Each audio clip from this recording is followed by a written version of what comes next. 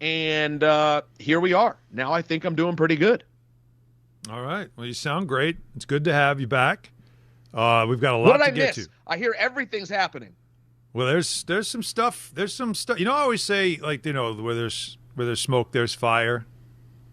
Oh, sure. Yeah, there's some stuff. We got a lot to get to. We'll get into Brian Cashman not running it back. We're not running it back. We'll get into the Yankee stuff, Eli Manning conversation as well. Your calls at 800-919-3776. Andre Palat, that's a pretty good player, Donnie. All 2 points. Instant impact. Instant Goal, impact. assists. Islanders get a 5-2 win over the Rangers. They'll play again tonight. That's why we're a 6:30 vehicle, everybody, so keep that in mind.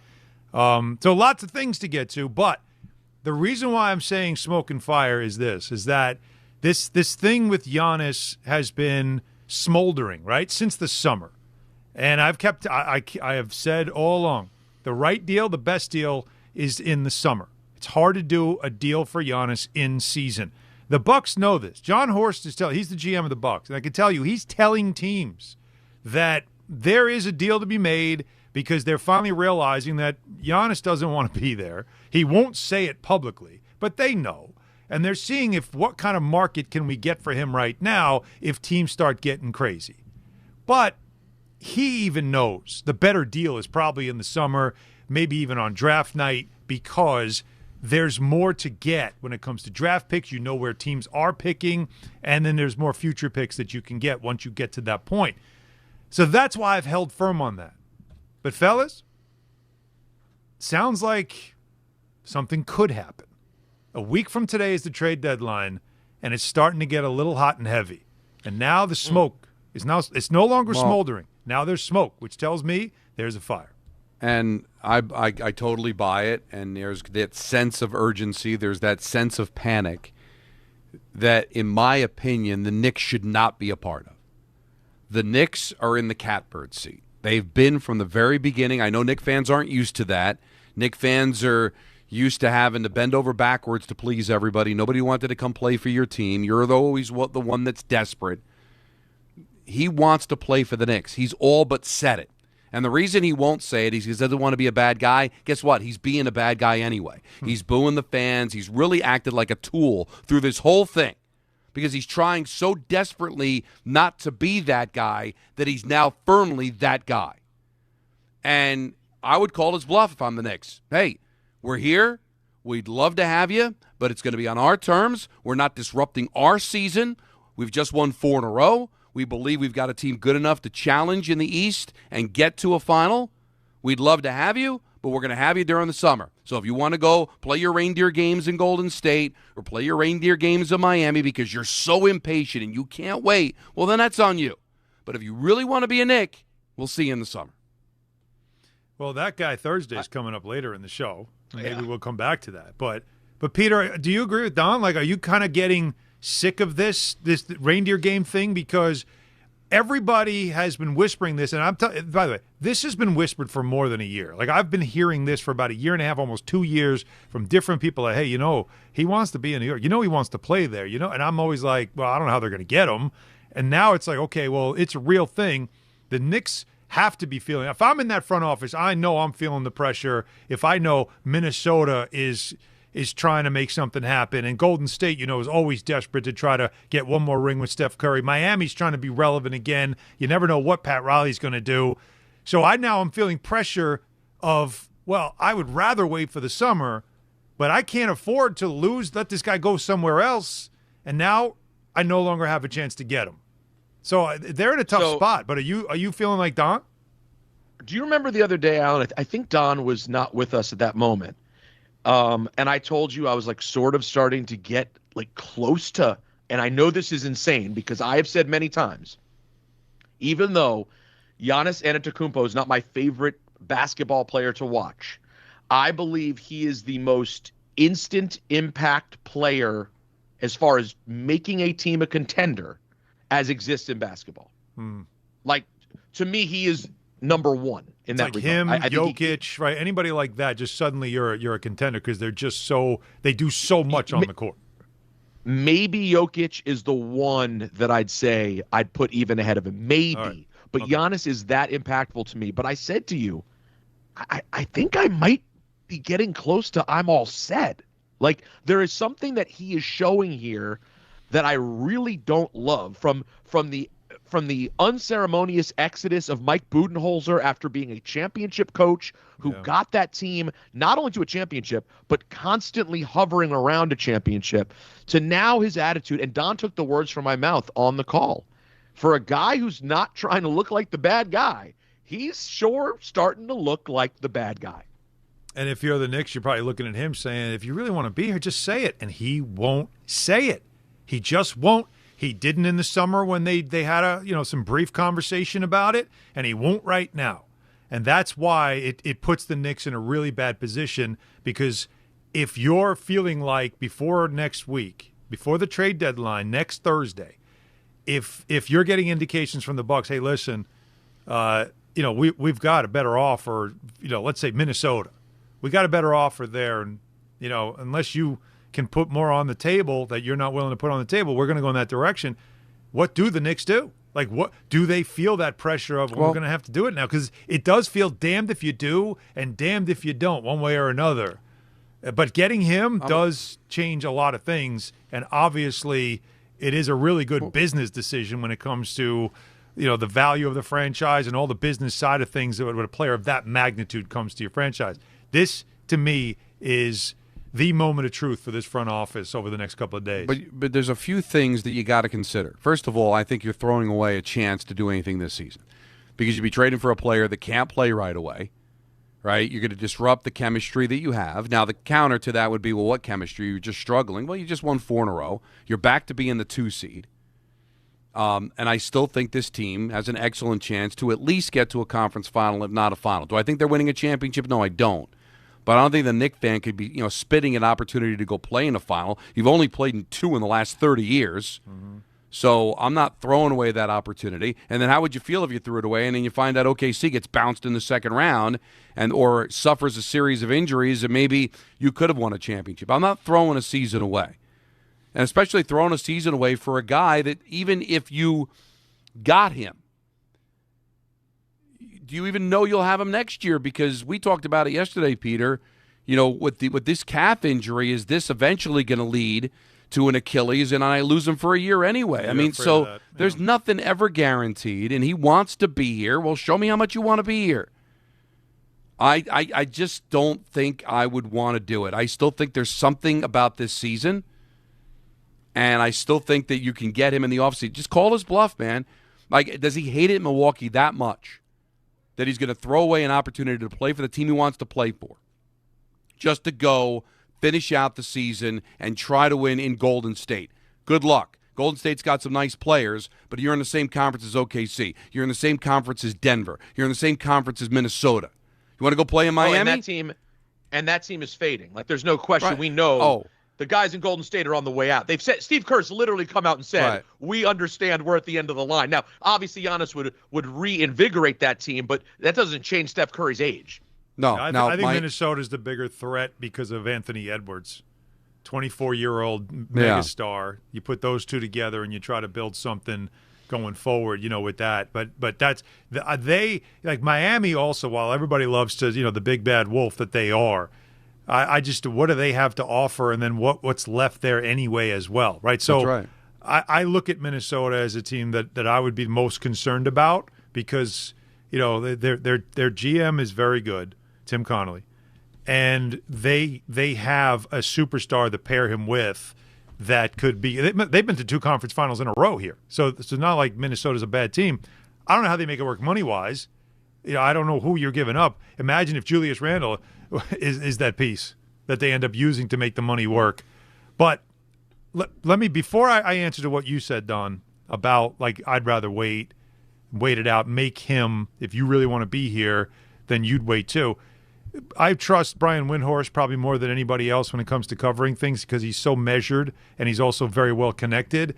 So here's the latest from Windy on what he's hearing and what he's putting together about the Giannis sweepstakes that we are now heading into over the next week. the Golden State Warriors, primarily because they control all of their trade assets. If they were willing to offer all of them, that's 4 first-round picks, potentially a couple of pick swaps, plus some, young players that are interesting, including Brandon Pajemski, who's a Milwaukee native. If there are teams out there that can involve a third or fourth team to improve their offer, a team like Miami, for example, and a team like the Knicks, I think the Knicks can make a compelling offer, but it requires them to really abandon what they've got going now and then to go out and recruit third and fourth teams. Those are big hurdles to cross, but I think the Knicks can make a compelling offer. And Shams mentioned that Minnesota Timberwolves. He is not mentioning that for no reason. This is something, from what I understand, that Giannis has interested in. The Timberwolves don't have draft picks and don't have the young players. They'd have to center around veteran players, but that is something that we should keep an eye on as well. Yeah, and that's why I brought up Minnesota as well. And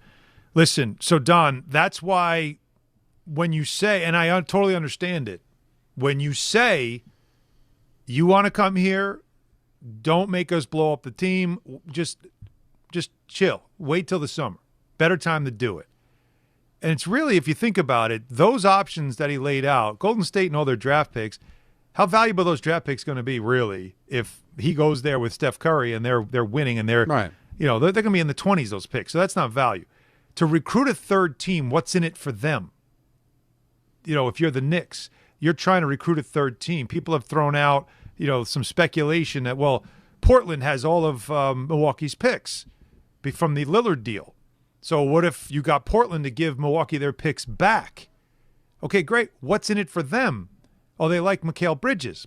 Not that much, right? You're not getting the 3 picks. So there's so much there that has to work, which is why I keep saying this is so hard to do in season for everybody. Portland, by the way, coming to play the Garden tomorrow night, ironically, right? Or coincidentally. So now here's my answer to you, Don. The problem was this, and that's why I said damned if you do, damned if you don't. Because if you say we can't do it, we're not doing it, and only you can make it happen, if you say, I only want to go to New York, so I'll wait till the summer and let's do it then. Which Milwaukee, from what we understand, is open to doing. They are not desperate to trade him. They want to see who's desperate to get him and how much they can get. But I do think it's a dangerous place, because if things don't work out this season and this team doesn't give you that championship vibe that we thought maybe a month ago they might have, for this front office, this is your moment of truth. Everything that you've done to this point, now everybody will start saying, but they couldn't get the big fish. And they gave up too much for Bridges, and that cost them the chance to get a guy like Giannis that really could have put him over the top. The criticism will come immediately, Don. And if I own the franchise, that's something that goes in the back of your mind now. Well, we had a chance to get one of the best players in the sport, and we couldn't get him. And so how do I feel about the direction of the franchise? I just feel like it opens up so much now. It's a dangerous place that they are right now. I feel like this is a crossroads. So it's not that easy to just try to stare this thing down. It's going to take some stones. If you really want to stare this down and just keep saying to Giannis, just wait. And maybe the Bucks might say, I don't know. That's a pretty good offer we just got from Team X. I don't want to wait because that offer could come off the table. So we got to do it now. Don't you think if you're in the front office, if you are one of the guys in the front office, Don, don't you feel there's a lot more, like this feels way more pressure-packed than anything else, including trading Randall for Cat? Well, like that seemed like a no-brainer. This feels like damned if you do and damned if you don't. It is, but the one thing, and I've never been in that kind of high-profile management place to really talk with any kind of expertise. But I would think if you're applying pressure on me, that's putting me in a really tough spot. Like, it's not so much I want to make the deal, I have to make the deal. You're putting the gun to my head. Well, you want to make the deal. No, of course you want to make the deal, but you don't necessarily want to make the deal now. Right. And the only reason you're making the deal now is the fear of losing him. Yeah. Well, now you're not. Now you're not. You have strength. You have power. You're forfeiting that power to just become a desperate minion like everybody else. right? Everybody else is going to be in for him because they absolutely have to. The Heat are nowhere right now. They're a shell of what they used to be, all right? Pat Riley this, Pat Riley that. They're not winning a championship as presently constituted. Not going to do it. Golden State, attractive, yes. But like you said, those picks aren't going to be anything. It's like the 5 picks the Knicks gave up for Bridges. What does it mean at the end of the day? Golden State ship has sailed. They're done. So any other place you go, Minnesota, yeah, that's really interesting. I get it, but you still have Oklahoma City to have to deal with. You still have Denver to have to deal with. That's still a very, very difficult conference, and it's a place that you don't necessarily want to be. You said you wanted to be a Knick. I actually have the cards. You're forcing me now to be like you. I don't want to give up that strength.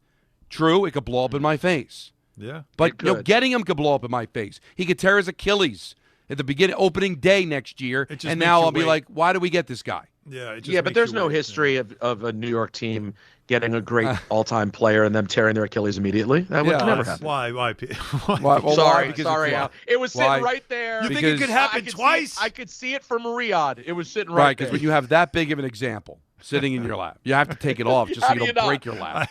No. I respect the fact that you took the opportunity. What I'm saying is that it couldn't really happen twice. But I'm just saying, way that could happen again, could it?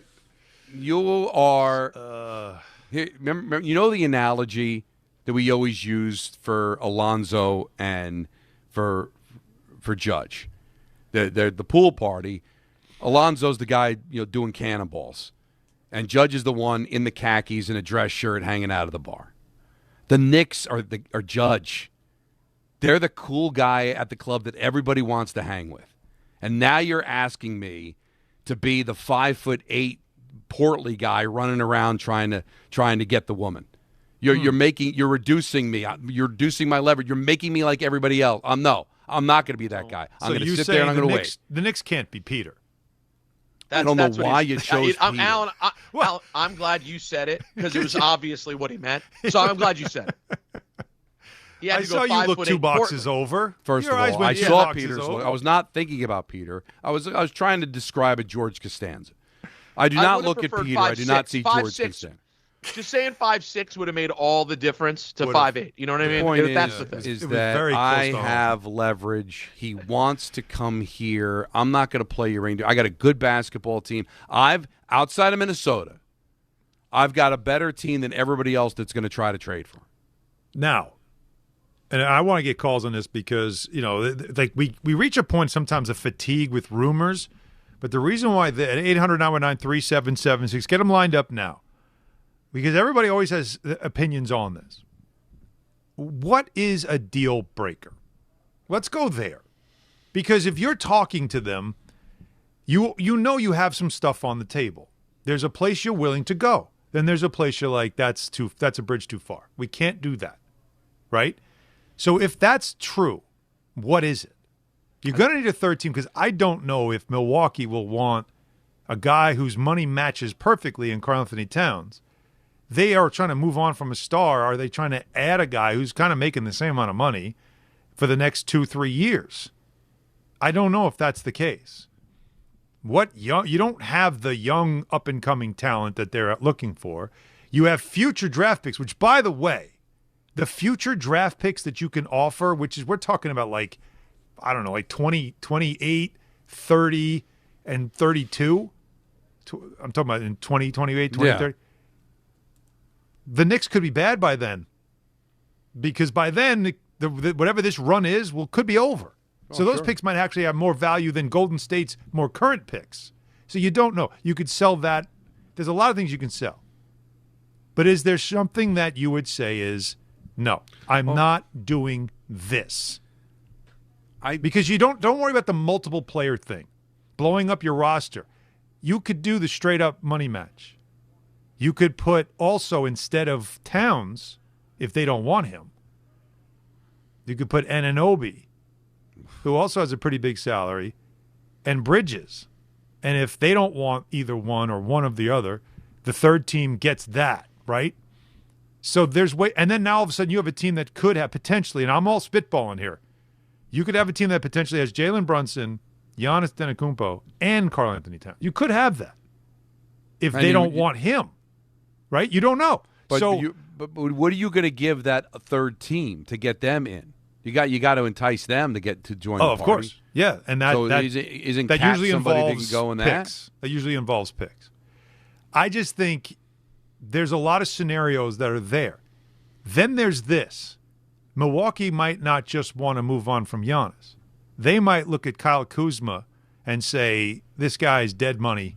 He's got another year on his deal. We don't want to pay this thing. Get him out of here." They might look at Bobby Portis. They might look at, Miles Turner, who they might want to move on from contracts that go beyond next season that they now want you to take on so they can clean their books up. That messes up. I told you guys, I know it's boring, but the second apron thing, the Knicks are like 50 cents below it. You go over it, the minute you go over it, you now are locked. You can't make any trades, any improvements, any changes to your roster. Nothing until you get back under it. That really puts you in a tough spot this summer and next year. Your roster then becomes your roster.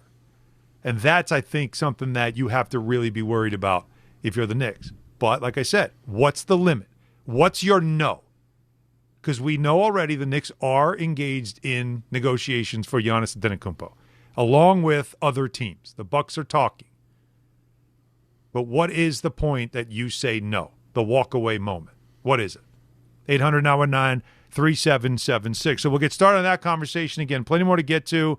The Yankees, Brian Cashman, is saying something that has Don twisted. And a lot of us just wondering, why would you say that? Especially when Cody Bellinger said the exact opposite when he was talking with the media. And Eli Manning, it is official now. He will not be in the Hall of Fame this year. A second year now he has not been voted in. He's going to have to continue to wait. How much longer should he wait? And do you consider him a Hall of Famer? So lots more to get to. Your calls are coming up. We got Rosenberg in Riyadh, Don LaGreca at The Rock, and all of us together again with you. Don Hahn Rosenberg, ESPN New York. This Saturday on The Gary Myers Show, new Giants head coach John Harbaugh joins the show at 1 p.m. to talk about how he's going to turn around Big Blue. Gary will also preview Super Bowl 60 with Kansas City Chiefs head coach Andy Reid. It's all this Saturday at noon with Gary Myers on 880 ESPN and the ESPN New York app. That's the ease at which you get information. You want it, you get it. Like that. Ask your phone, group chat, smartphone. You're always connected and informed in real time. No waiting. So if you're diabetic and still using finger sticks to read your blood sugar, what are you waiting for? Knowing your blood sugar levels instantly is important for managing diabetes. Call US Med at 888-665-0696. To learn more about continuous glucose monitors, a real-time instant method to track your blood glucose, US Med is an approved provider for Medicare and over 1,000 private insurers. And the best part? Call 888-665-0696 and we'll give you a free insurance benefits check today. So call 888-665-0696 today. That's 888-665-0696 and manage your diabetes as easy as... There are a lot of reasons why people buy at Ramsey Mazda. It's their selection, it's their customer service, and it's their savings. Lease a new 2025 Mazda CX-50 2.5S Select with all-wheel drive for $179 for 33 months. Or buy with 0.9% APR financing for 72 months. Start shopping now at RamseyMazda.com. Choose wisely. Choose Ramsey Mazda. Call 833-853-2970 for lease details. VIN SN379853 MSRP $33,425. Zero security deposit. APR $14.27 per month for $1,000 finance, ends 2/2/26. Hey, New York and New Jersey, commitment issues? No problem. Now you can get unlimited talk, text, and data for $25 a month forever, as in for life. Switch now at boostmobile.com. After 30 gigabytes, you may experience slower speeds. Pay $25 a month as long as you stay on the Boost Mobile Unlimited plan. Listen, I know the mentality. You try to play through pain and walk it off. push through one more day. But when it comes to neck pain, back pain, sciatica, or nerve pain, that's a losing game. That's when you call Dr. J. Shaw at Sandwell Pain. Dr. Shaw is one of New Jersey's top pain specialists, Ivy League trained, double board certified, and he focuses on non-surgical solutions that get real results. No cuts, no downtime, no dependence on pain meds. He builds you a custom game plan for you so that you can move better, feel better, and live pain-free. Same day or next day appointments are available. Visit SandwellPain.com. Stop managing pain. Start beating it. Now let's take a look at the traffic with Brandy Scott. Hey there, guys. Good afternoon. Already a bad ride over in Queens. First on the eastbound side of the Grand Central, it crashed by Parsons Boulevard. You're bumper to bumper there from the LIE westbound set. Another accident in the left lane right before the Triborough Bridge. Traffic is crawling there from LaGuardia. That as you packed on the BQE eastbound, that western leg heading over to the Grand Central. Delays are backing up into Brooklyn. Looking really good heading over to the outbound George on the West Side Highway in Henry Hudson. Cross Bronx westbound already slammed from right after the Bruckner on through. Inbound George, no issues for both the upper and lower decks. Outbound Lincoln Arena about 5 to 10. Outbound Holland 10 to 15. This report is sponsored by the Positive Coaching Alliance. Questions about youth or high school sports? Well, the PCA can help. It's a national nonprofit developing better athletes and better people through youth and high school sports. More info at positivecoach.org. I'm Brandy Scott on 880 ESPN New York. To the net. Score! The New York Islanders are back in action with a brand new theme night schedule you won't want to miss. Bring your friends out for the holidays and take home a custom holiday replica jersey or arrive early for special bobblehead giveaway nights for Matt Barzell and Bo Horvat. Barzell for Horvat. Score! Explore the full theme night schedule at NewYorkIslanders.com. When it comes to meat and seafood, selection matters, and no one beats Wild Fork Foods. To everyday essentials, to high-quality steaks, to seafood and more, every product is blast frozen to lock in peak flavor and freshness, so you get restaurant-quality meats at home for amazing prices. Shop in person at 7 locations across Long Island and New Jersey, or you can order online for same-day delivery. It's easy, it's convenient, and the prices are wild. WildForkFoods.com. At City Harvest, we believe no New Yorker has to go hungry. With your help, we're on the road 365 days a year, rescuing over 77 million pounds of nutritious food and delivering it free to millions of New Yorkers, transforming surplus food into sustenance, sustainability, and smiles, rallying thousands of New Yorkers to power a network of nourishment across our city. One day, one meal, and one New Yorker at a time. That's how we feed good. Donate at cityharvest.org. The post-career day press conference, brought to you by Progressive. Anthony, can you tell us what happened during career day? I'm a biomedical researcher. The kids just weren't impressed. How did you feel when your son called in the backup? Embarrassed, and I knew it would be a fireman. It's always a fireman. It's cliche, but a crowd favorite. He had an axe and everything. I can't compete with that. And will the fireman be helping your son with his science fair project? Hope not. I'm literally a scientist. Like it or not, sometimes you need a backup. That's why there's Progressive to protect your home and auto. Progressive Casualty Insurance Company affiliates and other insurers. Not available in all states or situations. Welcome back to Yeah, That's a Pepper Thing. First up, we've got Harrison wrapping his Dr. Pepper in a tiny quilt so it feels at home. Oh, how tender. That's a Pepper Thing. And over to Becca, who's whispering affirmations to her can. You're sweet. You're unique. You're the best thing I ever poured over ice. She swears it makes it taste better. It's not a science thing, but it's a Pepper Thing. Why do they all do it? All for that sweet, delicious, truly one-of-a-kind taste of Dr. Pepper. It's a Pepper Thing.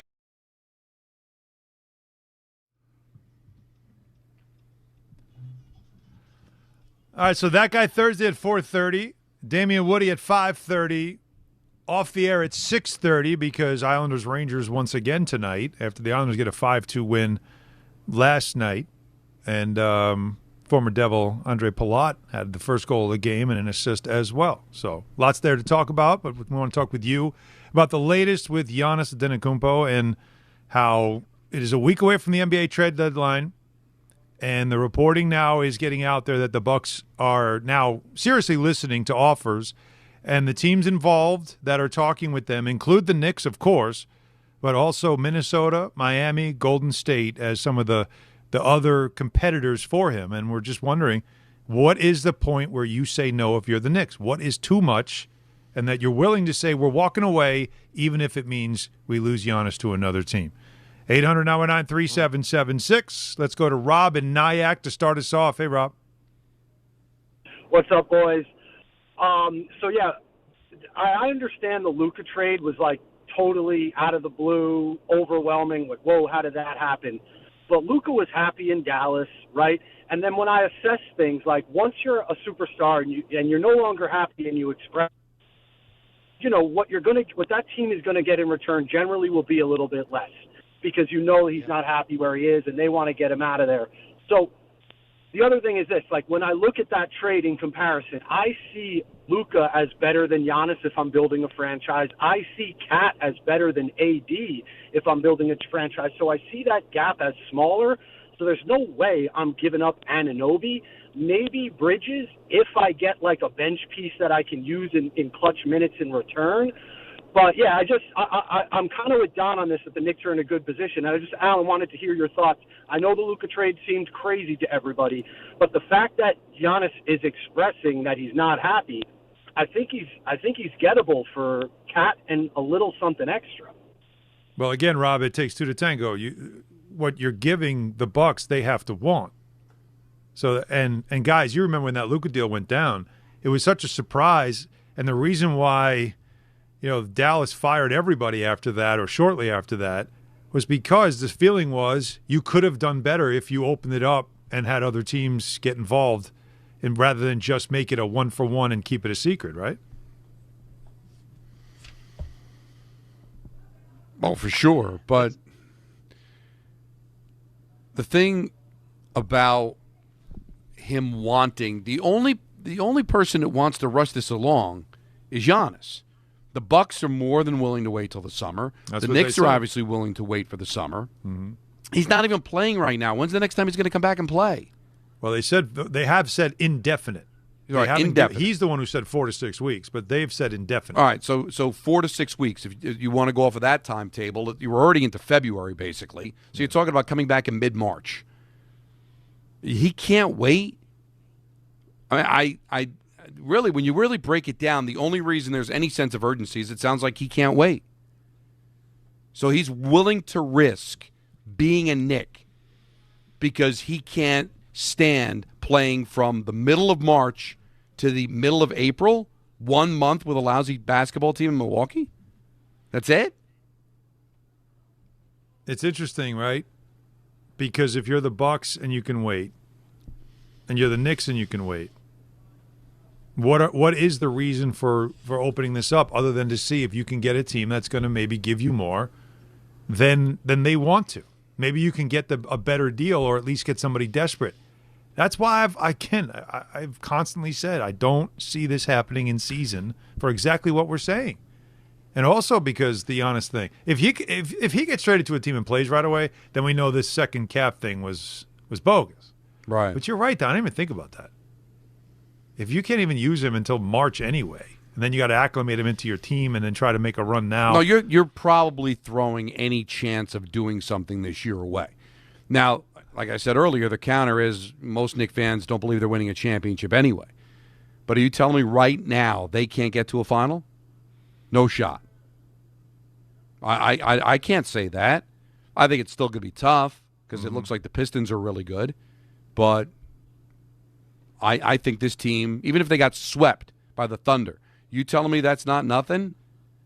Like, getting to a final but getting swept? Come on, man. You haven't been to a final since 99. I understand. You've only been to 2 finals since 94.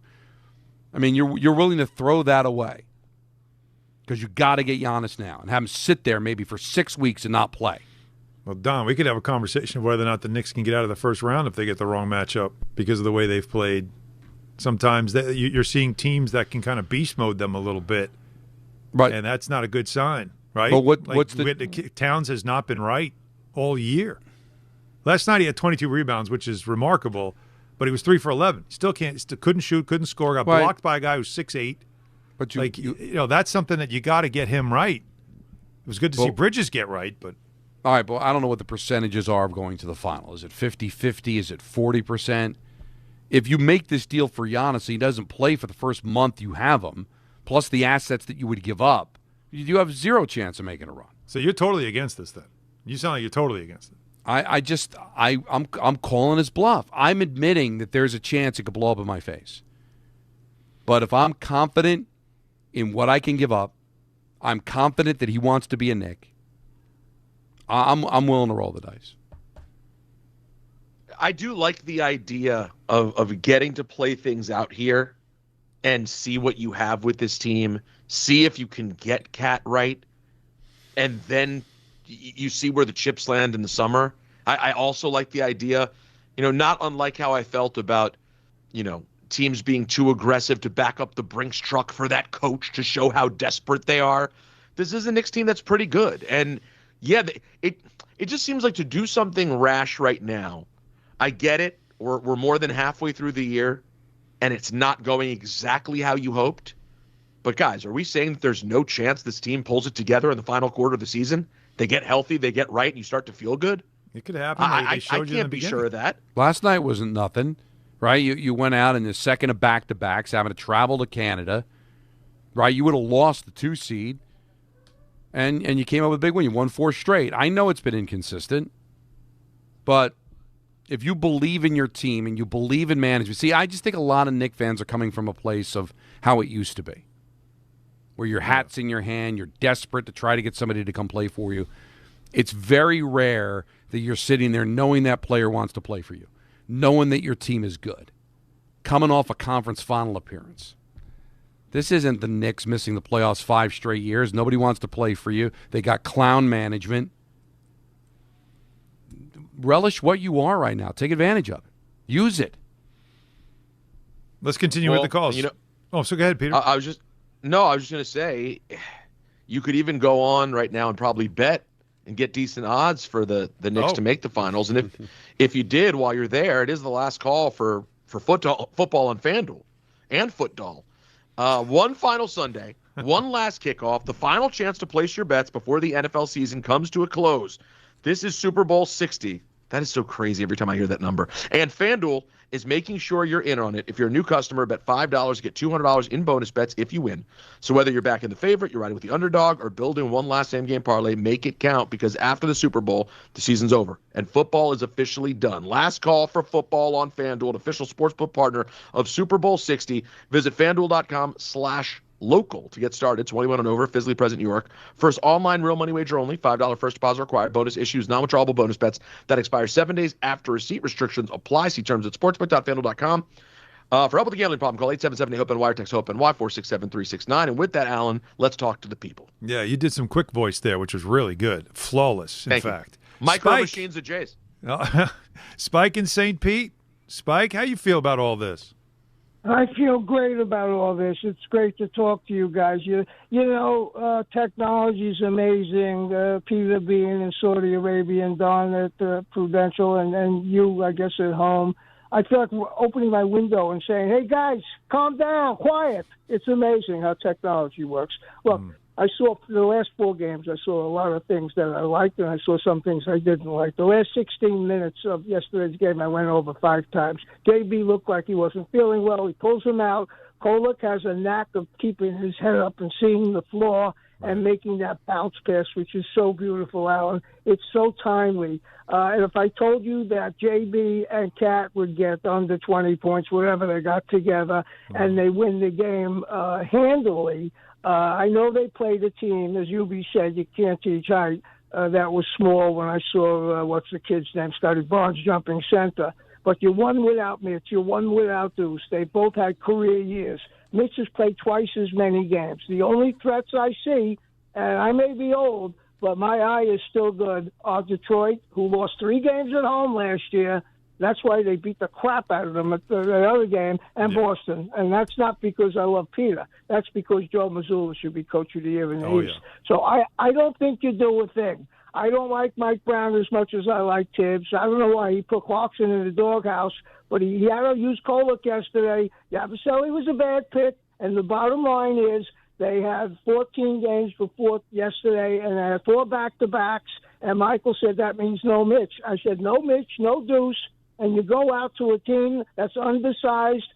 The face of Barrett and Quick they looked like they were mourning their dogs dying. I don't mean anything by that, but just an analogy. And I think this team's going to get to the finals. I just think so. I'd rather play the Pistons than the Celtics. Oh, wow. Okay. All right. Well, Spike still believes in this team. And again, this recent turn does. I mean, if they were still struggling like they were during that 11-game stretch, Donnie, I think it'd be a lot louder. But the more calls we get, the more people are saying, don't be desperate. Don't go after him, which is amazing. He's a top three player. Listen, here's the thing: the basketball season, we're not gonna mix it up with the baseball season, but we're also not gonna mix it up with the football season. And when you have a long season, and I'm sorry, 82 games is a long season. It's like having a conversation to some degree with the Yankees or Mets in the first half of the season, where I mean. Yeah.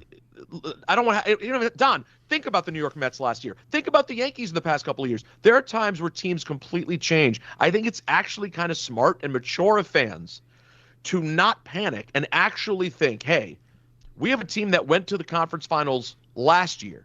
We have a weaker conference this year. We have a new coach that hopefully is worth his weight. Some people obviously believe, some don't.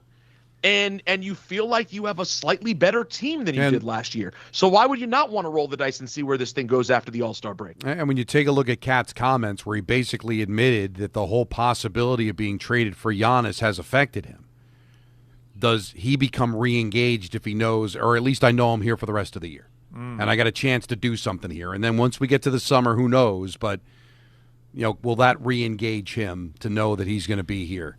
Like you said, he had a bunch of rebounds last night. His stats aren't that bad. He's just not what fans expect him to be. But if you can re-engage him, get healthy, all their issues, guys, they're still the number 2 seed in the conference. Yeah. And why is Detroit any different than Cleveland last year?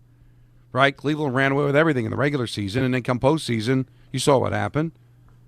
Can that be Detroit this year? I tell you what, I have an answer for that. I also have something that I saw last night as well, that it's all the reason to think that if you're in the front office, the pressure you're feeling is the idea of if we don't do it, we lose him, and we have to know that we did our best. But you have to be okay with letting a top 3 player in the NBA go somewhere else because you weren't willing to make the deal, right? So there's a lot to me there. But when you look at the way the team has played of late, that's the team telling you don't need to break this team up.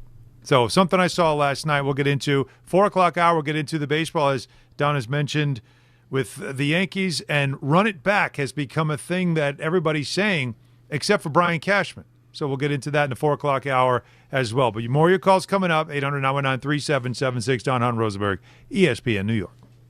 If you've been injured in an accident that wasn't your fault, then you need a lawyer who knows New York's unique personal injury and workers' compensation laws. At the Parisman Firm, they have decades of experience handling all types of accident cases and a proven track record of delivering huge results. Their team has already recovered nearly $1 billion for injured New Yorkers. From construction to car accidents and slips and falls, they've got you covered. Call the Parisman Firm now at 718-WORKERS, where your case is their cause. Get the justice you deserve today. This is Rick Brunson, the assistant coach from the New York Knicks. I'll be driving to our games this season in style in my new Jeep Gladiator from Princeton Jeep. My friends at Princeton Jeep gave me all-star treatment, and you can expect the same thing. Just mention I sent you, and they'll treat you like family. Princeton Jeep has tons of inventory and great deals on new vehicles. Visit Princeton Jeep at 1045 State Road in Princeton, New Jersey, or online at PrincetonJeeps.com and tell them Rick Brunson sent you. At Uline, they know going the extra mile takes hard work. For companies pushing to go further, Uline will go the distance with you. 24/7, they answer the phone to get you the shipping and industrial supplies you need. Business can move fast. Unexpected large orders, adverse weather, new safety guidelines, and changing economic trends. Uline works hard keeping 41,000 items ready to ship, minimizing detours on your way to the extra mile. Visit uline.com. Every 40 seconds, a child is reported missing. Find the Children is a nonprofit organization dedicated to helping find missing kids. You can be a part of their mission by donating your unwanted car. Call 1-800-294-0222. You'll receive the maximum tax deduction, and we provide fast, free pickup. Call 1-800-294-0222. Donate your unwanted or unused car. Call 1-800-294-0222. This advertisement was paid for in partnership with Cars R Us and Find the Children. Empower. Ellie here is getting the sleeve she's always dreamed of. She worked with Empower and planned for her next move, so she got good at money. Now she can be a little bad. Oh, by the way, you spelled journey wrong. No worries. She can afford the cover-up, too. Ooh, check out my tat. It says, invest well, live a little. Start today at empower.com. Texting enrolls you in a recurring automated marketing text messages. Consent not required to purchase. Message and data rates may apply. The team's looking good this season. I think so. Man, I miss playing football. Ever since I turned 40, I just can't find that fire I used to have. Think it could be lower testosterone? What do you mean? I was feeling the same way. After 40, the body has less testosterone, and men lose their edge. That's why I take Nugenix Total T2. That's the testosterone booster, right? Yes, but Total T2 is their brand new formula that skyrockets nitric oxide levels in as little as 3 hours. Since I started taking it, I've been lifting like when we played for Coach Carter. My energy is way up, and it even spiced up things between me and the missus. Are they still giving out complimentary bottles? Yep, just send a text. Text AREA to 42424 for your complimentary bottle of Nugenix Total T2, the next generation testosterone booster. Text now and we'll include a bottle of Nugenix Thermo X, our newest, most powerful fat burner ever, absolutely free. Text AREA to 42424. That's AREA to 42424. These statements have not been evaluated by the FDA. This product is not intended to diagnose, treat, cure, or prevent any disease. Step inside the game you love with the NBA app. Tap to watch every game as it's happening. Jalen Brunson does it again! And never miss a moment of the jaw-dropping action. Get closer to the players than anywhere else. Follow the latest schedules, scores, and stats. Keep up with every story from across the league. And with NBA ID, it's all personalized to you. The game lives here. Download today. Prizes, flyaways, even cash money. You want it? We've got it. Find a list of all contests and official rules by visiting ESPNNewYorkContests.com. That's ESPN New York.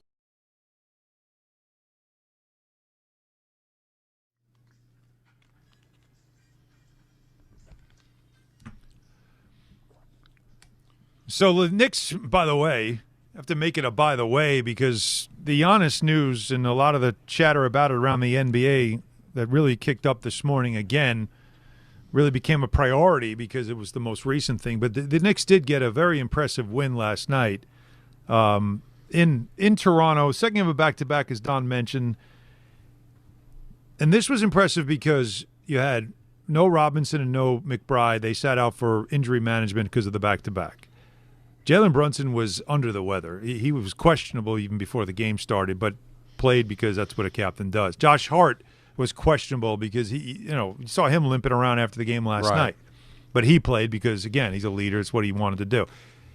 And the Knicks were losing, Donnie, by 11 points with 8 minutes to go in the third quarter, and they couldn't make a three.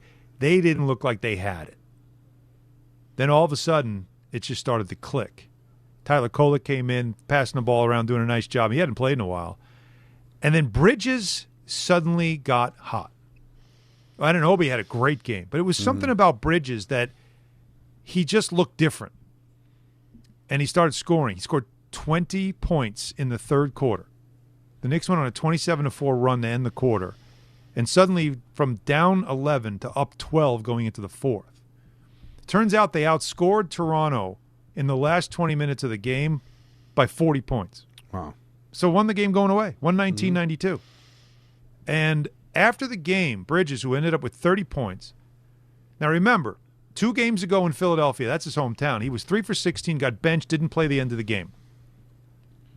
And he had a better game against Sacramento, but then he was terrific in Toronto. And here's him on MSG. This is Clyde asked him, like, what changed after that game in Philly where you had a 3 for 16? What changed for you? This answer is a very honest one from Mikal Bridges. I don't know. I think a lot of it comes from not just shooting the ball. I think I just wasn't playing how I was supposed to be playing. I think I wasn't coachable enough. I don't know what it was. Maybe I felt too much entitlement, but just had to kind of talk to myself a little bit about it and just be coachable, be the best team I can be, and then, let basketball speak for itself. I mean, think about that for a minute. He talked about himself being accountable, being coachable. I wasn't being coachable. You love that. Like, think about, like, right? Like, that's as honest an answer as you can get, and you don't get that a lot of times.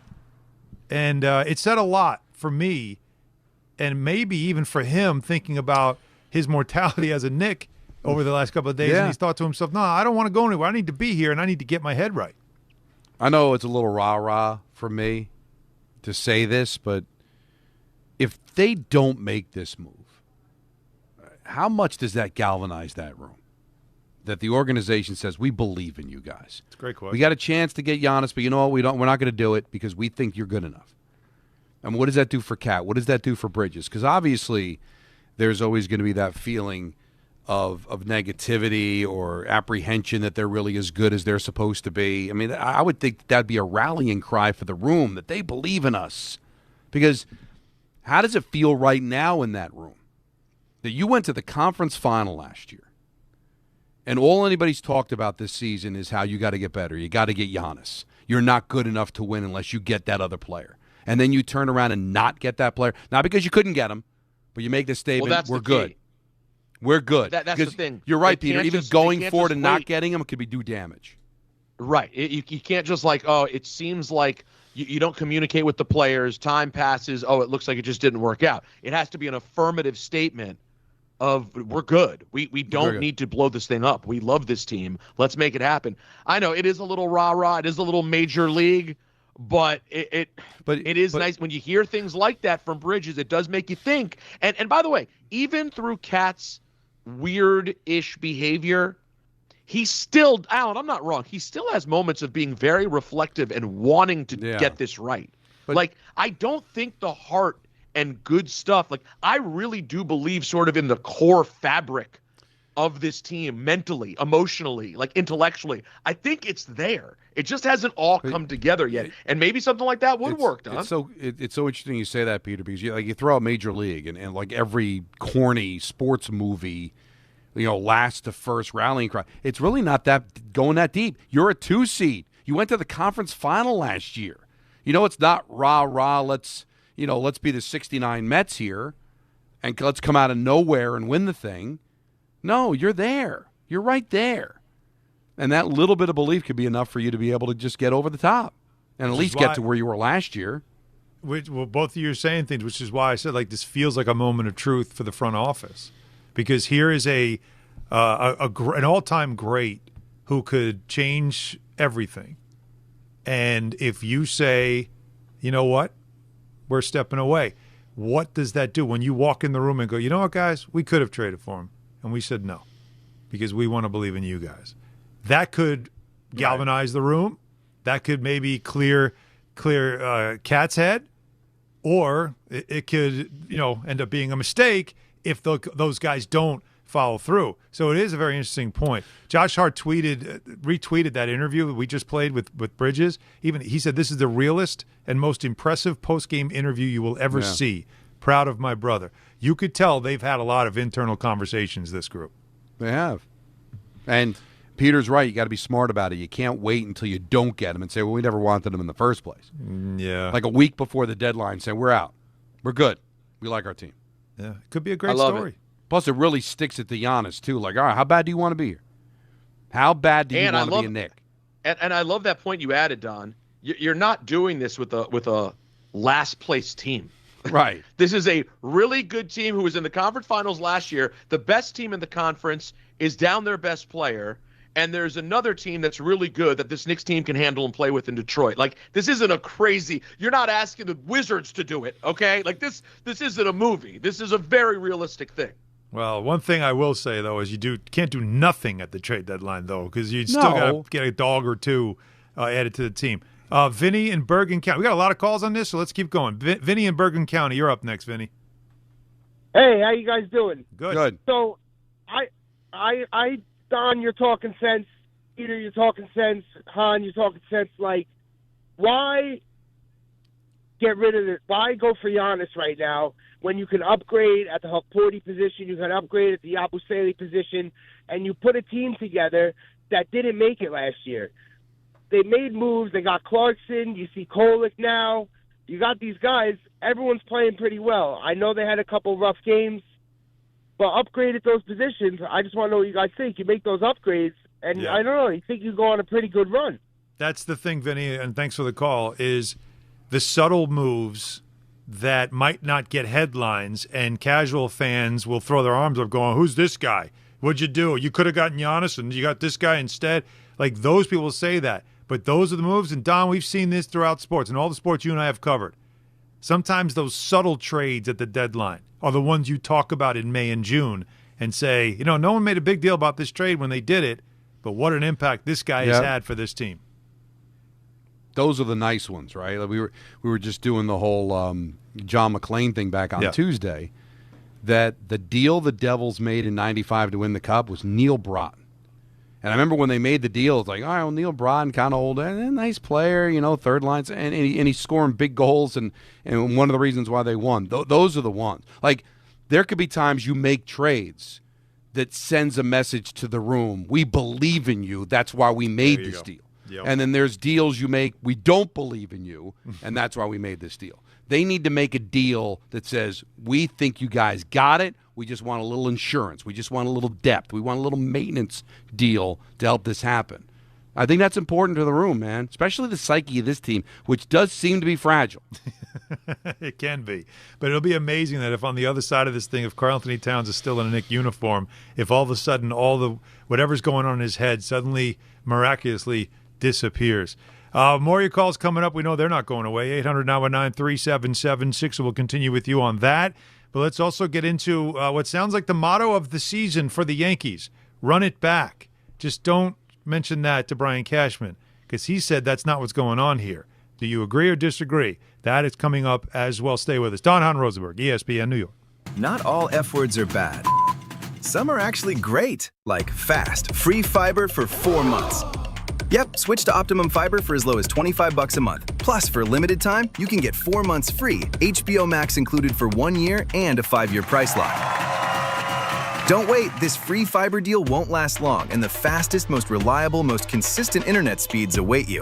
Call 888-4-OPTIMUM or visit Optimum.com/free today. Terms apply. See Optimum.com for details.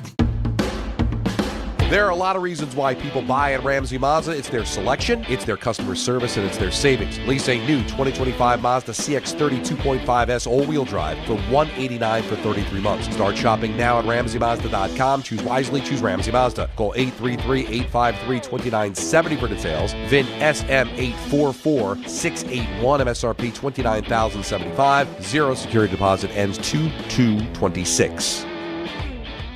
I know that hiring can be challenging. You sort through tons of resumes and you get too many so-so applicants. You're just waiting for someone to match your role perfectly. Well, now, there's a place where you can meet them fast. ZipRecruiter. Need to hire right away. Start your search for strong candidates. The right fit awaits. Build your team. Build it sooner. ZipRecruiter. Just head to ZipRecruiter.com/ESPN right now to try it for free, and you're on your way to meeting your match. 4 out of 5 employers who post on ZipRecruiter get a quality candidate within the first day. So try it now. Go to ZipRecruiter.com/ESPN. Once again, that's ZipRecruiter.com/ESPN. Meet your match on ZipRecruiter. Try it free. We expect our information in real time. US Med carries continuous glucose monitors, which provide real-time readings of blood glucose levels. US Med is an approved provider for Medicare and over 500 private insurers. So call 888-665-0696 today for a free insurance and Medicare benefits check as easy as... That's 888-665-0696. We are back, and we are looking at a pretty lopsided matchup, Jim. That's right, Ron. I mean, in one corner, we've got a 175-pound guy, and in the other, a 6,000-ton heavyweight train. Jim, this guy has no idea what he's getting himself into. It's no contest. Every day, people tempt fate and die trespassing on railroad tracks. See tracks? Think train. ESPN New York, now streaming live on YouTube. Subscribe today and watch the show. WHSQ and WCBS FM HD2, New York. 402 in the big city with Don LaGreca and Peter Rosenberg. I'm Alan Hahn. 800-919-3776 is the number. We have That Guy Thursday, bottom of the hour. We have Damien Woody at 5:30. And we have you and your calls at 800-919-3776 here. We'll get into some Yankees momentarily, but let's get through a few more of these Knicks calls regarding Giannis and regarding the idea of standing pat and saying we believe in this team, or biting the bullet and saying if Giannis is going to get traded, we can't afford to see him go to another team. We got to get him. Let's go to George in the Lower East Side coming up next. Hey, George. Hey, what's going on, fellas? Listen, Alan, I love your take on Bridges, after the game. Honestly, I think that was a message. I think that right now it is very clear that things are not going right with Brown. I don't like the calling out of players in the public eye. I think that some of that stuff needs to stay in-house. And I think that Mikal was letting us know that he's actually being traded and being moved. And I think that that's the worst-case scenario. Giannis is a phenomenal player. You don't get called the freak for, being a mid player. But at the same time, he is turning 31. His Achilles is going to burst real quick. And I think that if we got to trade anybody, and it has to be Cat, I think that there are some players out there, Jeremy Jackson included, where we could get a first pick for him. But we got to build around the team, and Sadiq Bey is another name, and Jose Alvarado. Those are three players that I think we need to bring in. Giannis is not the one, and he has had better teams over there in Milwaukee and has done less with them. So I think right now we stay pat. If we got to move Cat, then we move him for a better package. All right, George. I mean, thanks for the call. I get it, man. Don't know if I read that in Bridges. Did you? That he's not happy with. He said I wasn't being coachable. Right? That's what he said. I took it as the opposite of the caller. Yeah. That he was putting it on himself. That the message wasn't getting there, and now it's starting to get there. Very much. In other words, that call, I hate to say it because it was a lovely guy, but it sounds like what we're saying is potentially we take down the sign in the studio. And that's a horrible phone call. I mean, if everyone on the show thinks you got it precisely wrong, what makes it a worse call? So, but I liked his Giannis take, but I didn't love the Bridges take. Yeah, the Bridges. Other than that, Mrs. Lincoln, how was the show? Well, I'm just saying a bad call means it was a bad. You can't have some good aspects of a bad call. You can't have a good point. All right, fine. Yeah. It's if you're multiple, a kind and benevolent judge. Multiple takes are bad. One good one doesn't make up for it. Flavio in Brooklyn. Flavio, you're up next. What's up, baby? Hey, how's it going, Don, Alan, and Peter? So I'm on the side that I don't want to trade for Giannis now. Alan, you kind of touched on it earlier about I think it was like the second apron. I know that was going to heavily impact the Knicks, for the following year, and I just don't want this to happen. Yeah. I think if we're going to trade for somebody, I would rather, touch around the bench. The previous caller mentioned Jose Alvarado. I know he's a guy from Queens. Mm-hmm. I need somebody like that, kind of like a bulldog mentality. If we are going to be trading for Cat, if we are going to be trading Cat, which I really do not want, because, I mean, this man was like a demon on the boards yesterday with 22 rebounds. Yeah. Yeah, and he cashed me in with what's it called, plus 750 for 16 rebounds yesterday, and I was very grateful for that. But I don't want him to be traded just because Giannis, the whole calf injury. My sister ended up tearing her Achilles playing soccer, and I just I just don't want that to be happening. Calf injuries are very sensitive now, and I feel like they're a little bit more frequent, and I just feel like getting somebody that's compromised, if he gets hurt on our watch, then we're screwed. So yeah, you lose a year. Yeah, that's to me again. The calf injuries change everything. I thought, right, guys? Like I feel like that just adds another layer to the reason to hit the pause button. Well, unless, like you said, it's performative out of Giannis to get a deal done. I just don't want to have to play, and you find out it's not that serious, but. That would be a character flaw to me. That would be a red flag to me. I mean, I don't want to. I'm not going to sit there and pretend to be an altar boy, but I'm That would be really bad guy level if you're lying about an injury to try to get a deal done. That's not cool. One thing I want to point out about Towns, he's having a down year for him, right? He leads the league in rebounding, and he leads the league in double-doubles. But it's a bad year. You know what I mean? Like, it's amazing to say those things. Like, he's the best rebounder in the NBA, and he also has the most double-doubles of anyone in the NBA. And yet, this is a bad year. All right, we'll get back to this the Knicks conversation later on. So those who are still on hold, we'll get to you. But we're getting the sense from the majority of people that they don't want to see the Knicks be desperate here. That's what the guys are saying on the show as well. So it seems like we all kind of have a consensus right now, but it's a story we'll certainly keep an eye on. In the meantime, guys, the Yankees, their roster's complete now. Yes. Right? We know what they are with Cody Bellinger now in the fold. And there's a phrase that's being thrown around with Bellinger being one of them that had said it, which is about the idea of how he's happy to be running it back with the team. And it's a very similar roster to last year's team that wasn't quite good enough. So Brian Cashman had a problem with the idea of the Knicks looking like they're running it back. Yankees. Here's what he said. Yankees. Sorry. It's not the same roster. I would differ there. We have some players at some point returning from the IL that are important players. Garrett Cole being obviously one of them. But we've had some additions, from the second half that got their feet wet with the Yankees, some with success, some with failures or success. But, once they'll now be in a position to join us with their feet on the ground and getting their sea legs under them, with the manager, too, learning how to utilize these guys. No, you can go ahead and fade that out. No, I get it. I don't mind I it. agreed with it. I wanted to make sure if you guys wanted to hear it, but I just...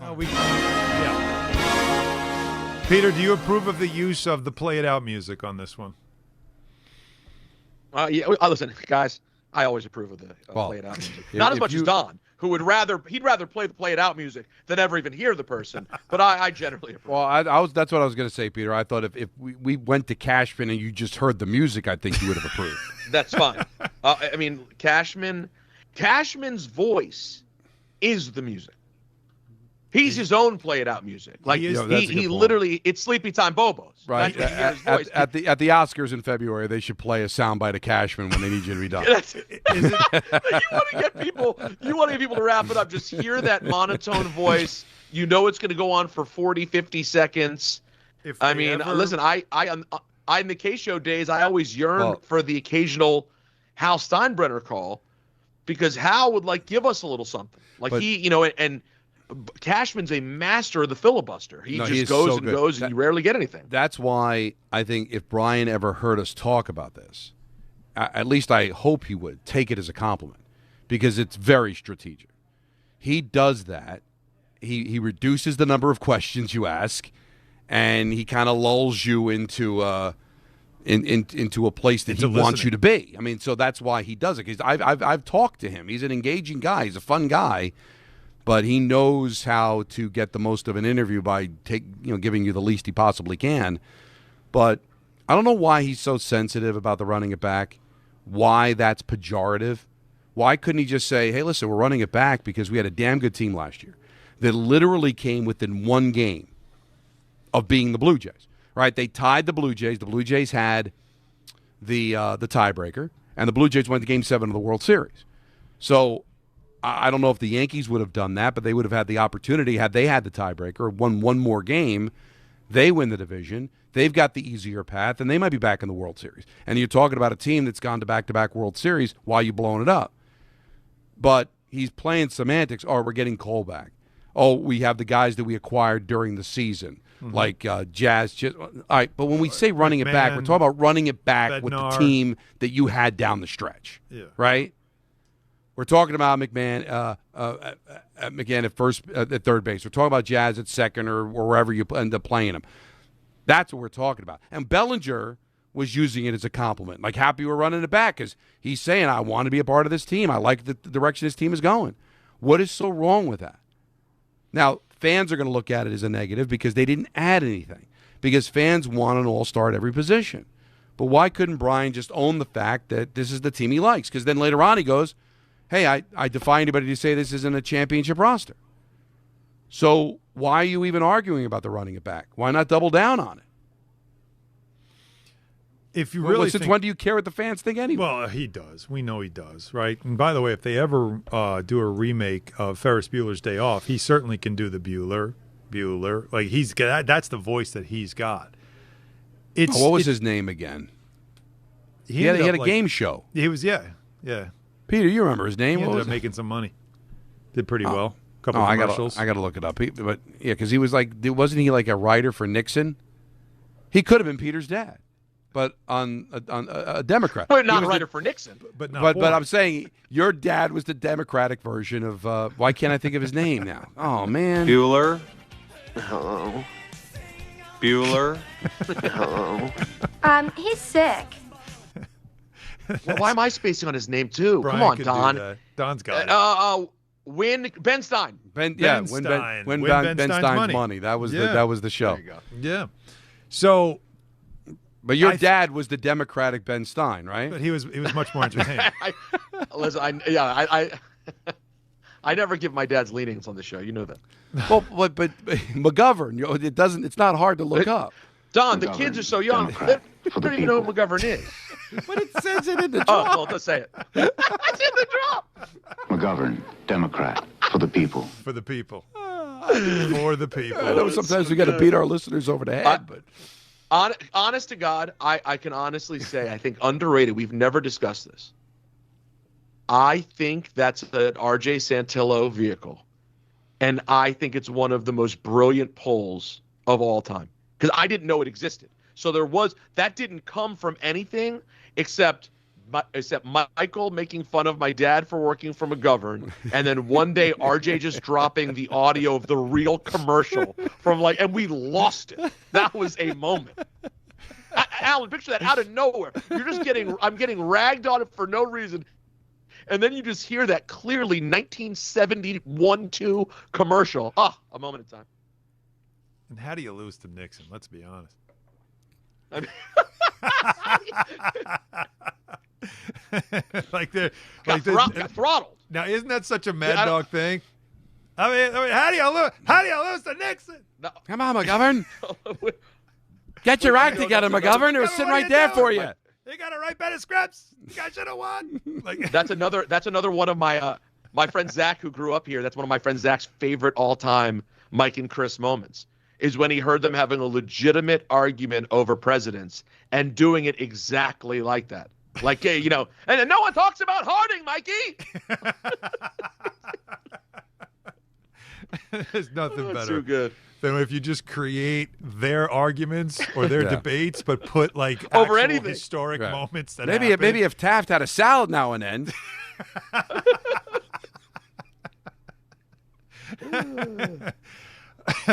So, but on the Yankee front, getting back to that, if I may, if you think about it, what they thought was going to be a team that built off of a World Series appearance, they never really got to see because of the Cole injury.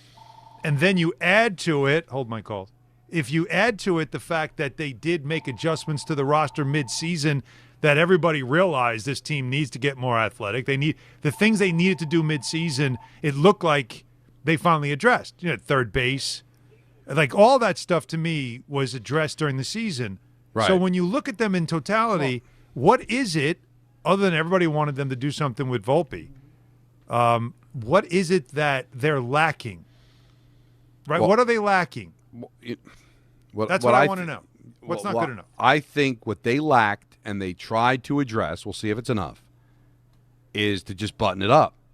The fundamentals, right? That's why they lost to the Dodgers. They're kicking the ball around.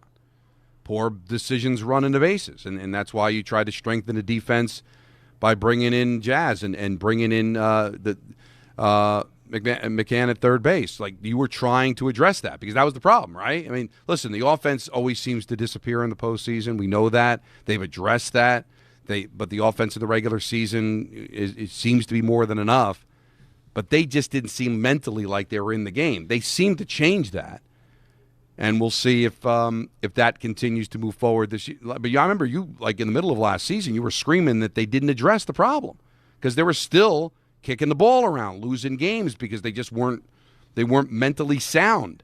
But didn't you feel like that improved in the second half? I felt like it did go away.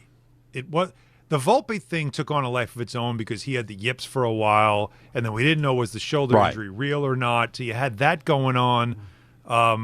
Jazz moving Jazz off third just seemed to be something you had to do. McMahon definitely, calmed that down, but didn't have the bat. By the way, did you see that they're entertaining the idea of bringing Goldschmidt back? Yes, because he doesn't really he hasn't gotten any. Well, why? Well, why not? Interest. I mean, you have a first baseman, but you're telling me that he can't be a bat off the bench, play first base occasionally? And you don't have to play him, right? Like, if Ben Rice is your main guy, then if you have Goldschmidt and he's there, why not? I guess. But, it does. You do have the versatility of Bellinger. But it'd be interesting because that's really running it back. If you bring him back at a cheap contract, 1 year type of deal, but tell me you're not running it back. Listen, I've been at odds with Cashman, and I generally agree with the fans when they rip Brian. But if you ran it back and then you have Cole, it should be good enough. Why wouldn't it be good enough as 2 years ago when they went to Game 5 of the World Series? And they should be more buttoned up defensively. Caballero could steal the job from Volpe, and that corrects short, right? You're better defensively at third. Mm-hmm. You figure out not having to play Stanton in the outfield. Why? Like, again, I don't – that's why I don't know. What is the outrage over running it back? Because that's what Yankee fans – and I'm not faulting them for this, but it's just a fact that – when they fall short, they want major change. I went to the World Series. They lost Juan Soto. That's the other thing, too. You went to the World Series, you lost Juan Soto, still went to the playoffs. You've got to make the big, bold move when you come up short. Sometimes, hey, we got Cole coming back. We got Rendon coming back. We've made some adjustments to the bullpen. We're going to have the guys we had in the second half all year, so we should be better defense. I understand the knee-jerk reaction to rip Brian, but what did you want to get? The biggest thing during this offseason was to make sure you kept Bellinger. They did. And we talked about it yesterday, Peter, that he was very complimentary, Brian, on Hal, I think, from a PR standpoint. Like, hey, Hal stepped up. We gave him the extra year. Right. We didn't lose Bellinger. What was out there? Were you going who were you going to get? Yeah. Who was the guy that you wanted that they didn't get? Yeah, and that you really could have gotten. That was realistic, right? Yeah. Sometimes it's better to just leave it alone and let the team that you thought last year could be something, and then add to it. That maybe just say, give this team a chance. I still don't like the approach. I don't like that's all the other stuff. But that's philosophy. That's not going to change. I don't like any of it, but it doesn't mean that this team, once they get healthy, and by the way, let's remind everybody, they're not going to be healthy out of the gate. We know this. But if they could get it on track with a healthy roster going into August, into September, then I need to see what it looks like. That's why I don't have a problem with running it back this year. The Grisham thing, all right, so you got. But if he can just give you another season like he did last year, and he should because he should be motivated with the fact that, okay, I took my qualifier, but I'm going to be a free agent, so I need to keep putting numbers up. If you can still get another good year out of him, great. If you don't, okay, now you got a problem. But that was the only one of the offseason that made you like shake your head. Like, what? That was a miscalculation on his. But it didn't cost them Bellinger. I was worried it might, but it didn't. They still were able to keep him. So that's so it didn't cost you anything. Yeah, I mean it cost you, what was it, 21 point whatever, but that's something. That wasn't philosophy, Peter. That was just a miscalculation. Yeah, it was. And he thought he wouldn't take it. He took it. But if he puts up the numbers he put up last year, then nobody's going to complain about it. If he reverts back to what he was early in his career, then that's going to be a problem. Let's get a couple calls in on this. 800-919-3776 on the Yankees. And Frank in Westchester, he's happy with running it back. Yes, I am. Good afternoon, everybody. Good afternoon, Frank. How are you, sir? Hey. Yeah, so, I take exception with only one thing you said. You guys, you got my blood boiling, and then you dialed it back. talk about Yankee fans want a superstar. That's horse crap. I feel like that's the extremes that live on sports radio. That's not the average Yankee fan. I'm a partial season ticket holder, and I consider myself a big fan. And yeah, there's some things I wasn't excited about Grisham, and I know we got to work out. Volpe, you got to figure out if he's going to hit or not hit. If he's got the yips, if it's the shoulder, what the issue is. But I'm all for running this team back for every reason you guys said. And the only thing I take exception with is like this belief that Yankee fans want a superstar at every location. I don't want to win that way. I can only live in the world that I'm in. And being on a show with Michael Kay where we talked a lot of Yankees, even on this show last year, the people that call are those people now. Maybe they're the vocal minority. They probably are. We need more callers like you, people that look at it a little bit more logically. I'm not telling you not to be upset, but sometimes I think that at least the Yankee fans that call and tweet, they get irrational. And we can only react to those.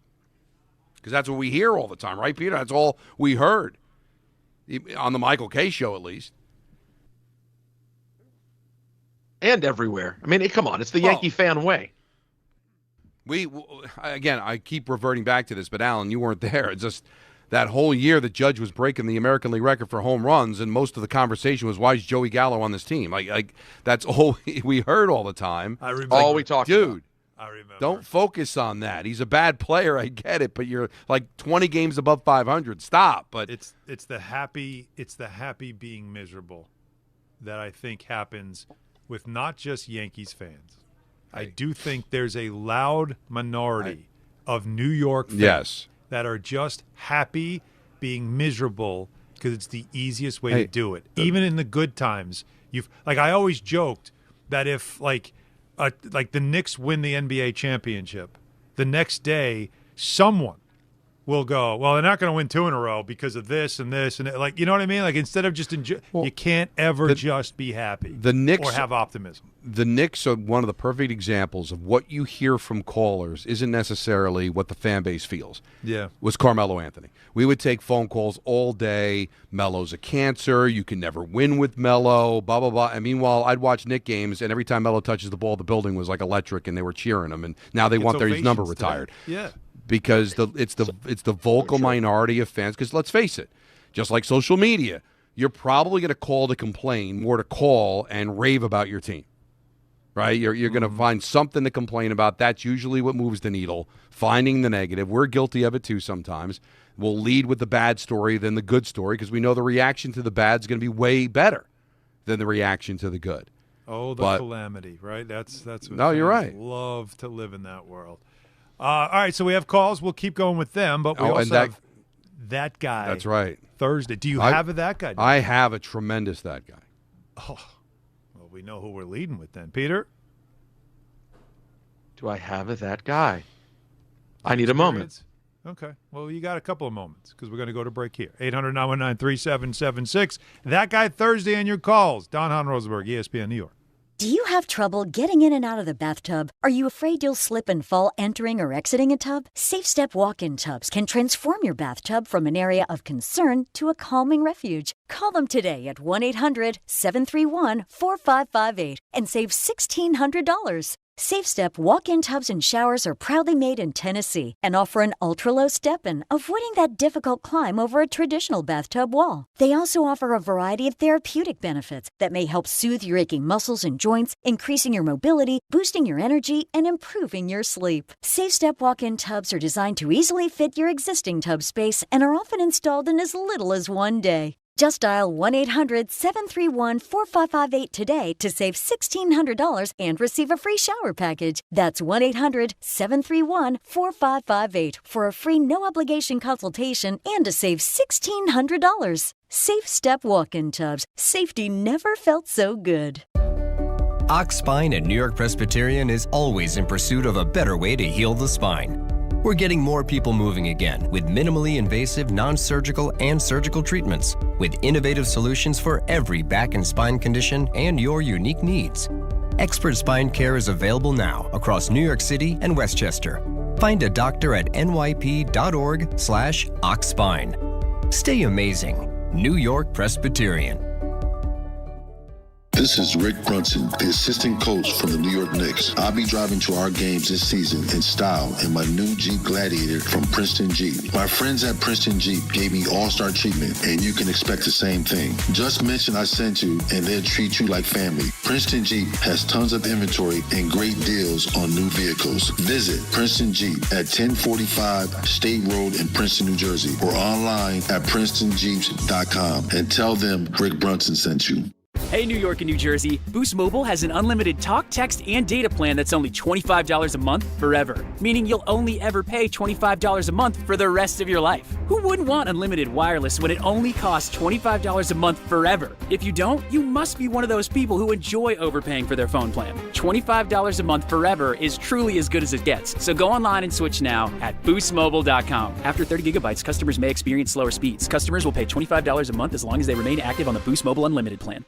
If you've been injured on a construction site, then you need a lawyer who knows New York's unique labor laws. At the Parisman Firm, they have decades of experience handling construction accident cases and a proven track record of delivering huge results. Their team has already recovered nearly $1 billion for hardworking New Yorkers. From scaffold accidents to slip and falls and equipment failures, they've got your back. Call the Parisman Firm now at 718-WORKERS. That's right, 718-WORKERS, because your case is their cause. Get the justice you deserve today.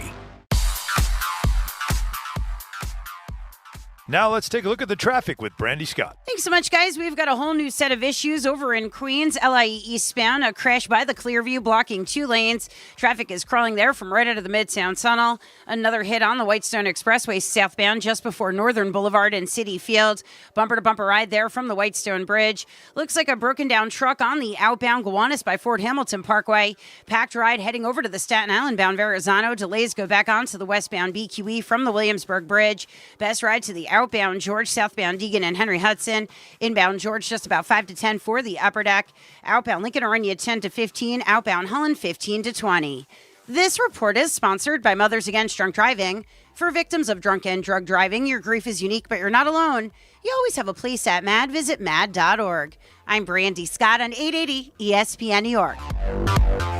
What if your instincts could pay off? With Robinhood Prediction Markets, you can put your sports IQ to work on the games you know best. It's not you against the house. It's you participating in a live market. Buy or sell your predictions all game long. Trade every play with Robinhood. Visit Robinhood.com/predict. That's Robinhood.com/predict. Futures and cleared swaps trading involves significant risk and is not appropriate for everyone. Event contracts are offered by Robinhood Derivatives LLC, a registered futures commission merchant and swap firm.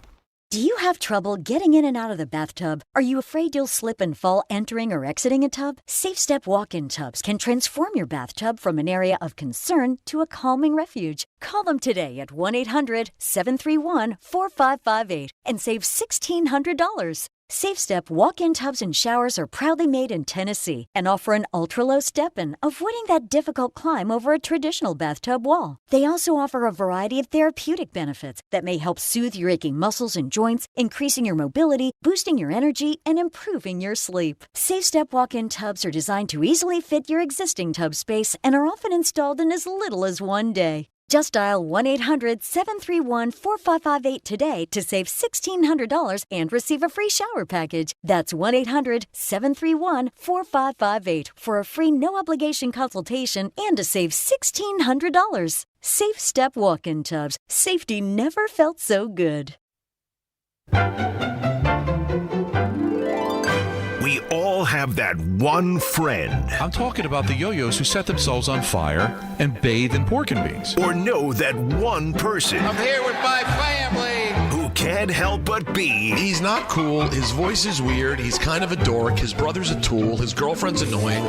That guy. I didn't know it was Banner night. We won't be out for that. It's time for That Guy Thursday. Hey guys, anyone want to play some ball? With Don, Hahn, and Rosenberg. He's just being that guy. Our best though. That gets you every time, doesn't it? It's so good. Bathe in pork and beans? I know, what is that? How does he do it? Yeah, That Guy Thursday, and I don't even want to waste any time because Don said he has a big one. Yeah. Which it's always good to brag about. So let us know. What do you got?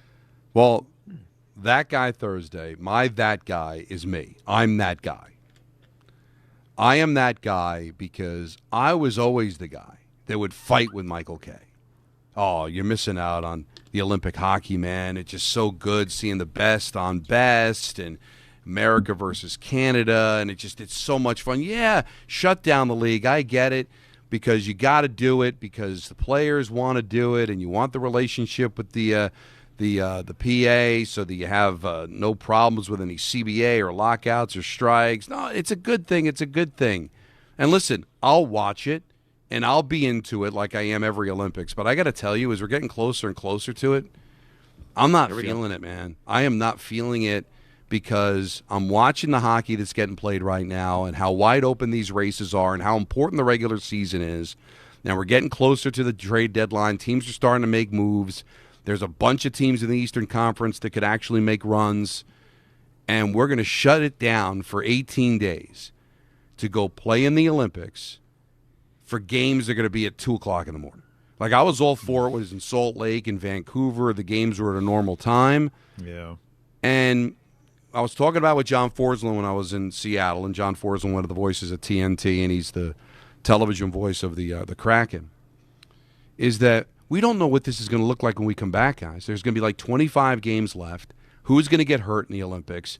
Who's going to be stale coming out of the Olympics? I mean, there could be seasons lost because of what happens during that 3-week shutdown. And the league's got to sell it, right?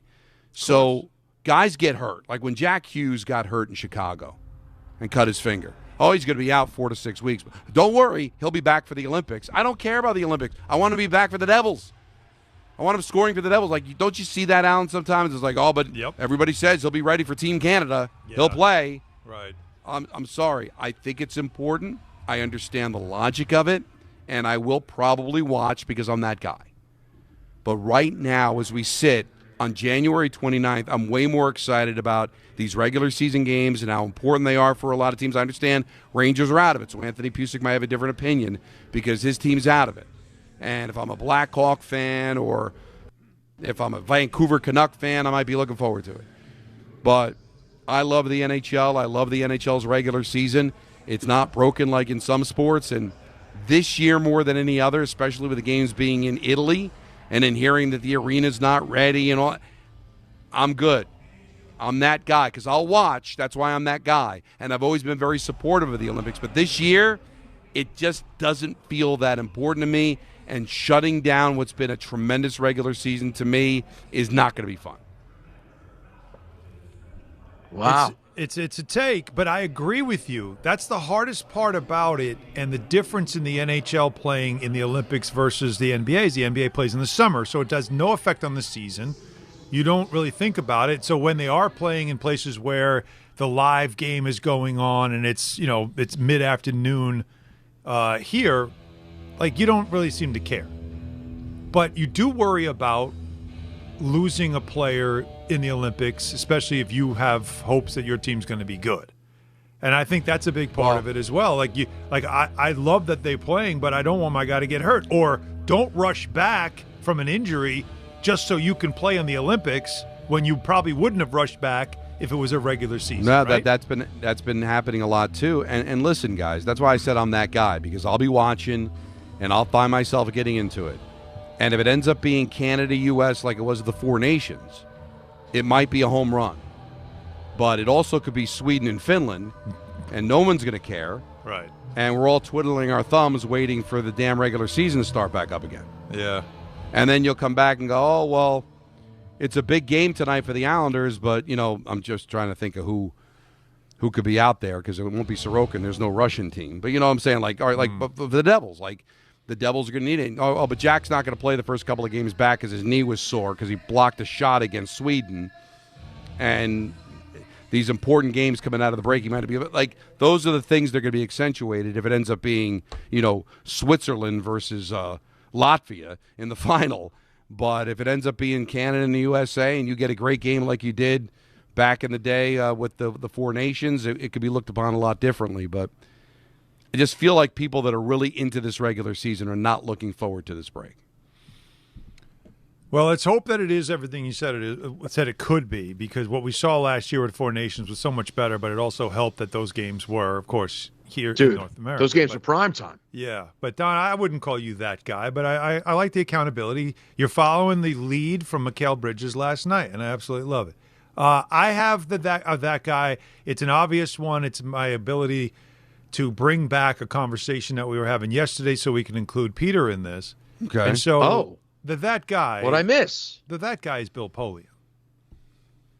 Oh, yeah. So we can't get the story straight now, right? We just can't get it straight.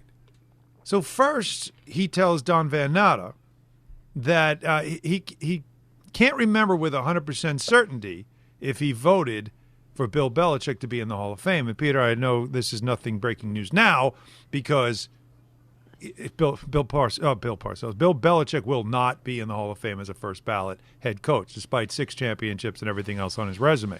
And the story as it goes, for those who might not have seen this, at ESPN had the story, is simply that there were some people in the voting process that had a discussion and some indications where Polian was the one that was pushing this, saying, he should serve penance and wait a year because of Spygate and Deflategate.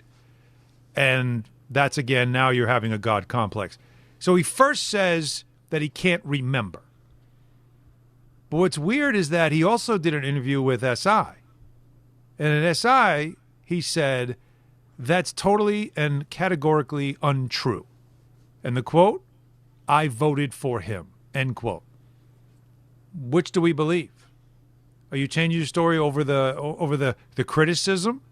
Is anybody going to have the sack to step forward and say, you know what? Like, in a way, Don, as I was thinking about this, and Peter, again, you haven't had a chance to have a take on this, but it's like, can't somebody who said, I don't think he should have been in, just step forward and say, you know what? I don't think he should have been in.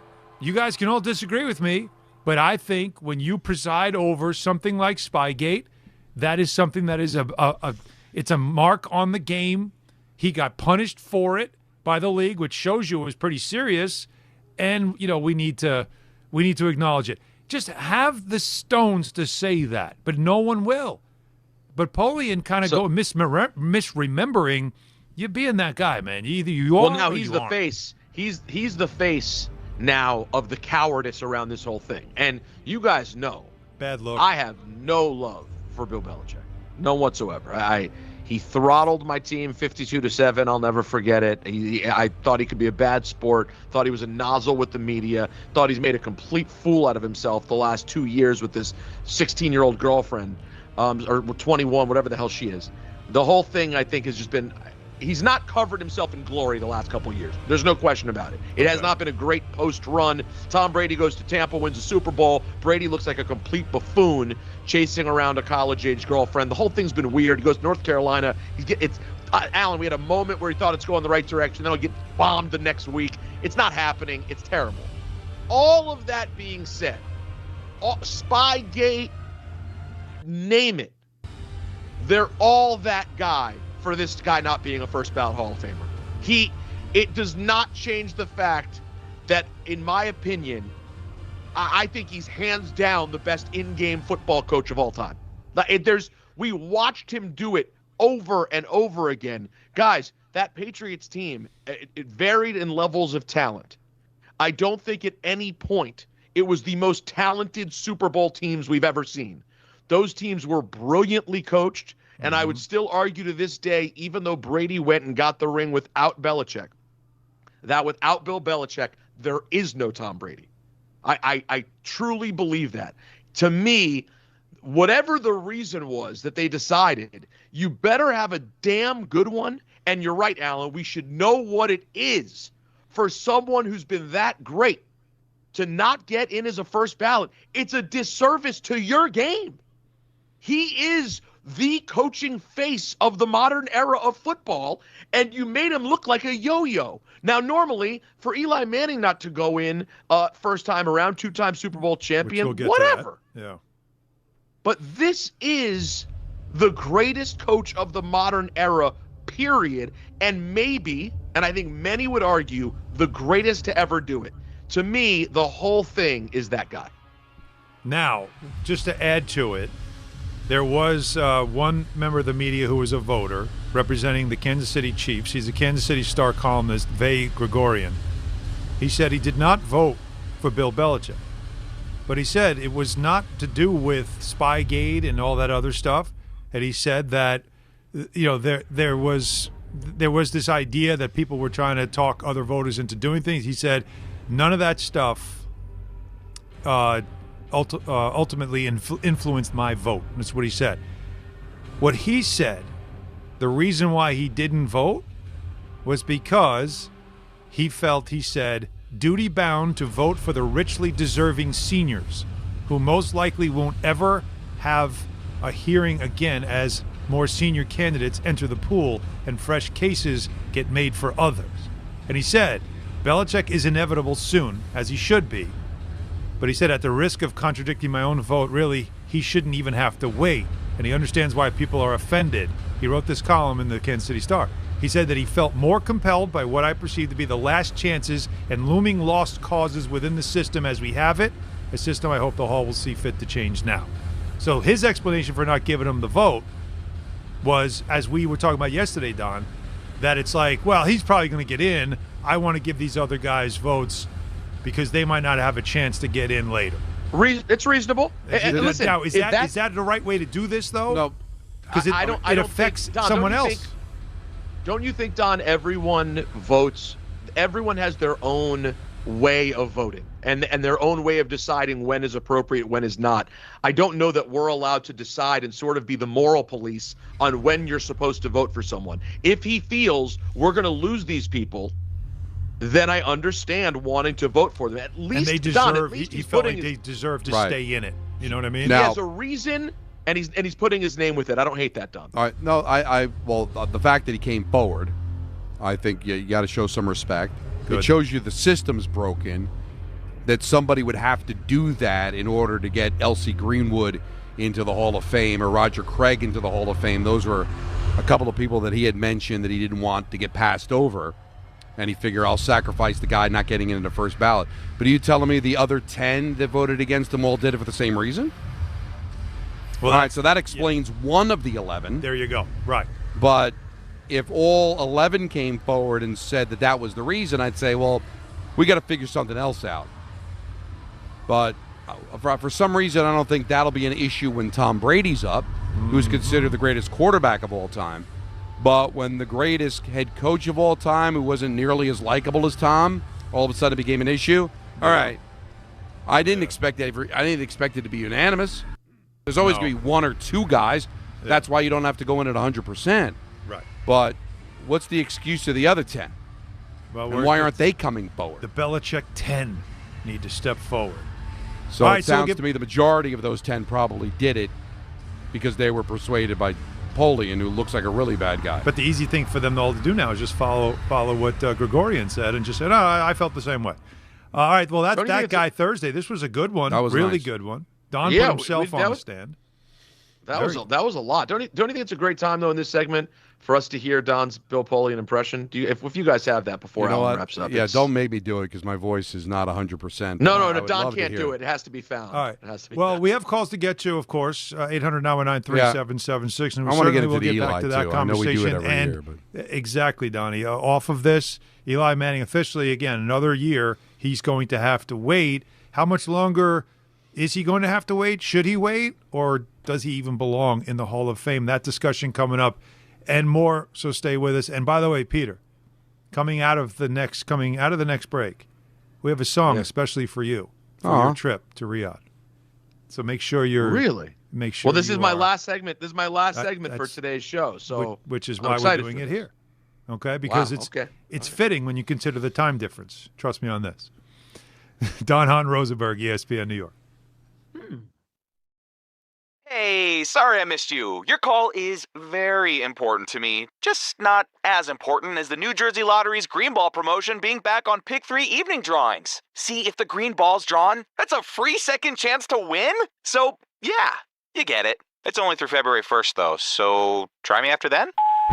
Must be 18 or older to buy a lottery ticket. Please play responsibly. If you or someone you know has a gambling problem, call 1-800-GAMBLER. For game odds and promotion details, visit njlottery.com/pick3.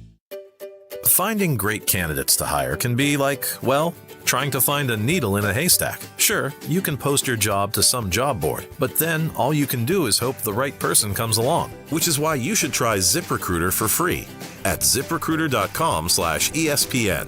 ZipRecruiter doesn't depend on candidates finding you. It finds them for you.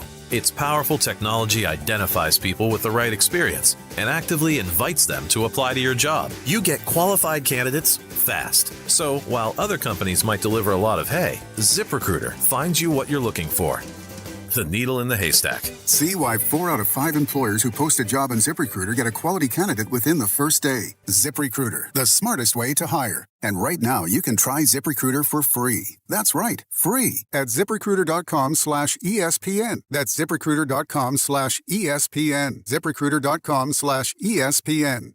ZipRecruiter. A SoFi personal loan is here to help you achieve something once thought impossible: overcoming high-interest credit card debt. Walk the tightrope of your finances with one low, fixed-rate monthly payment, no fees required, and as soon as the same-day funding.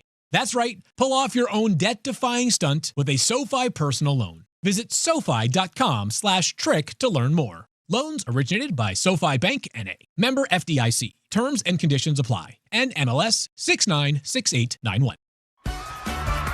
Welcome back to Yeah, That's a Pepper Thing. First up, we've got Harrison wrapping his Dr. Pepper in a tiny quilt so it feels at home. Oh, how tender. That's a Pepper Thing! And over to Becca, who's whispering affirmations to her can. You're sweet. You're unique. You're the best thing I ever poured over ice. She swears it makes it taste better. It's not a science thing, but it's a Pepper Thing! Why do they all do it? All for that sweet, delicious, truly one-of-a-kind taste of Dr. Pepper. It's a Pepper Thing! For 100 days, I'm going to cross the 7 continents because the answers to everything important are out there at the edges of our world. I'm stepping into the unknown. Where are we going? To see our planet This is amazing! as it's never been seen before. From pole to pole. Pole to Pole with Will Smith from National Geographic. Now streaming on Disney Plus and Hulu. Show me the way.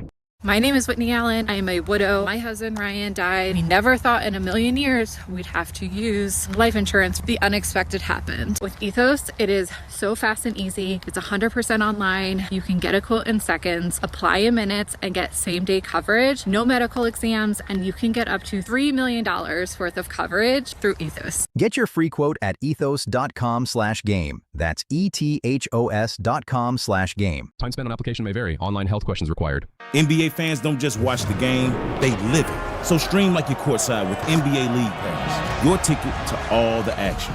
Watch your favorite team shine and catch the league's brightest stars and rising stars at the same time with multi-view on your favorite devices. From the plays you can't believe to the most live games and the drama that comes with it. If it happens on the court, it's happening on NBA League Pass. Only select out-of-market games available. Blackout restrictions apply. Additional charges and other conditions may apply. Visit NBA.com/subscriber agreement for full terms and conditions. Hey, New York and New Jersey. Boost Mobile has an unlimited talk, text, and data plan that's only $25 a month forever. Meaning you'll only ever pay $25 a month for the rest of your life. Who wouldn't want unlimited wireless when it only costs $25 a month forever? If you don't, you must be one of those people who enjoy overpaying for their phone plan. $25 a month forever is truly as good as it gets. So go online and switch now at boostmobile.com. After 30 gigabytes, customers may experience slower speeds. Customers will pay $25 a month as long as they remain active on the Boost Mobile Unlimited plan. You know this song, Peter? Midnight at the O.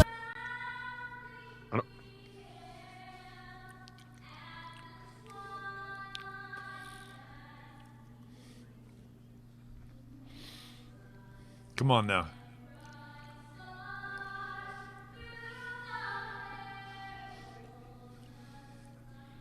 Midnight at the Oasis. Isn't that where you are? Isn't it midnight at the Oasis right now for you? It is nearly 1 a.m. at the Oasis. Well, it's after midnight at the Oasis then. But the point is, it's late at the Oasis, okay? It is very late at the Oasis. This was covered in a movie, Alan, wasn't it? Was this like was this in The Wedding Singer or something? Let's Midnight at see. the Oasis. It was It might have in been. Lost in Translation. thought I heard this like as one of the it was obviously a whatever. It doesn't matter. Prom scene in America. American Pie. Maybe that's what it was. All I know is that song was for you because you're staying up past midnight for us to be part of the show, and we thank you for it. Well, I enjoyed it. I'm going to be back on again tomorrow at the top of the show. Peter, why are you in Saudi Arabia again? Anthony, I'm so glad because if you have ESPN Unlimited, Anthony, that means on Saturday at 2:00 you can watch the Royal Rumble on ESPN Unlimited. Now, the countdown show, which I'm on, starts at 12 noon. You can catch that on ESPN Unlimited or on YouTube, wherever you feel like getting it. And then we roll right into the Rumble, which is, Anthony, as you know, in the eyes of many, as exciting an event as exists on the wrestling calendar. Some put it above Mania. So we tried. It's like that. We tried. We equated, obviously, Don and Alan, not as big wrestling fans or fans at all. Not quite. Equated the Super Bowl to WrestleMania. And Jacob and I tried to comp what the Royal Rumble was. I said divisional round of the NFL weekend. I believe it's conference championship weekend. And it doesn't have to be football. Just what is the comp for it? Where do you comp it? It's one of the best questions you've ever asked. Oh wow! I tend to go with Jacob and it being like conference championship, but it also, there's some people who would call it the Super Bowl just because the way it's done with the 30 entrants in each match and the countdown and the surprises and you don't know who's showing up. It's different. Like, it is the one event that brings people back. Like, even when me and Ballard used to live together, none of those guys who I lived with, Ballard and Elliott, they didn't have any interest in wrestling. But when the Royal Rumble would come on, they'd be like, we watch Royal Rumble? Let's drink. Let's all drink some beers and watch the Rumble. Like, it's just, like, you could have not watched wrestling for 20 years and you'll enjoy it. Is it like March Madness? Is it your NCAA tournament? Not, obviously it doesn't take 6 weeks to complete, but it's sort of like, I haven't watched college basketball all year, but I'm watching this, right? Is that kind of what it is? So it's not a Super Bowl, good comp, right? Because Mania is a Super Bowl. Because WrestleMania has to be the Super Bowl. Yeah. It's the culmination. But the NCAA tournament, like March Madness, I like that. That's the next biggest event that we have, right? Yeah, no, I like that as a take. In fact, you can hear me talk about it tomorrow at 9:15 on Get Up. I think you'll really enjoy it. Oh, wow. Yeah, I'm warming up the seat for Alan Hahn as he gets ready for his vaunted return to Get Up in the second half of the season. Next week. And by the way, I want to Don, get on Get Up one day. And on your chest. You can. Why couldn't you? I got on first. I got a what would they call it? It was like a I feel sorry for you moment in First Take. We all did. Well, no. What? No. It was a mercy book. Oh, come on first. No, it was because they were doing all the radio shows. So Michael got to do it, and it was Rick, Peter, and me. They took three people because they're like, we can't have just Don, and we can't have just Don or Rick or just Don and Peter because Don looks awful and his takes are even worse. But we have to have him on. He's been at the station for 20 years. Were you repugged Don at this time? Because Don does. You know not what? Look awful. I might have just repugged Don. Oh, there he is. He couldn't have been repugged Don. Whatever it was, I don't know. Peter. They felt sorry for me. They had to put me on. But they put me on with two other radio. It was the only first take that had multiple radio hosts. No, they were doing that back then because they had me. One Keyshawn, person. It was just Michael K. or just whoever. They put three. They had to have two buffers for me. Well, we're gonna. That's fine. I'll tell you what. I don't need them. I don't want them. I'll say no. If you want to put me on, I'm letting Bristol know now. Call. Unavailable. Okay. This started. Hold on. This segment started. All started, Alan, with him going, I want to go on Get Up, and it ended with him going, you know what? I don't need want it. Let Bristol know I'm unavailable. But I don't have to worry about that. They would never put me on. Set. Because I'm a hockey guy. You gave him the Heisman already. 16 years doing Jets. All right, so you don't want to be on First Take, but you don't want to be on Get Up? We can get you on Get Up.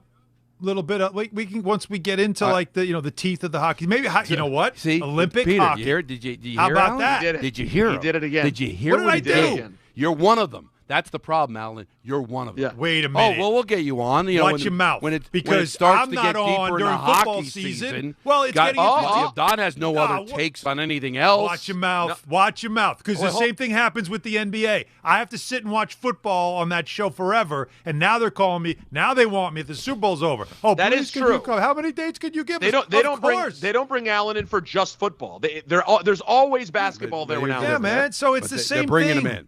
But it's the same thing. They're bringing him in.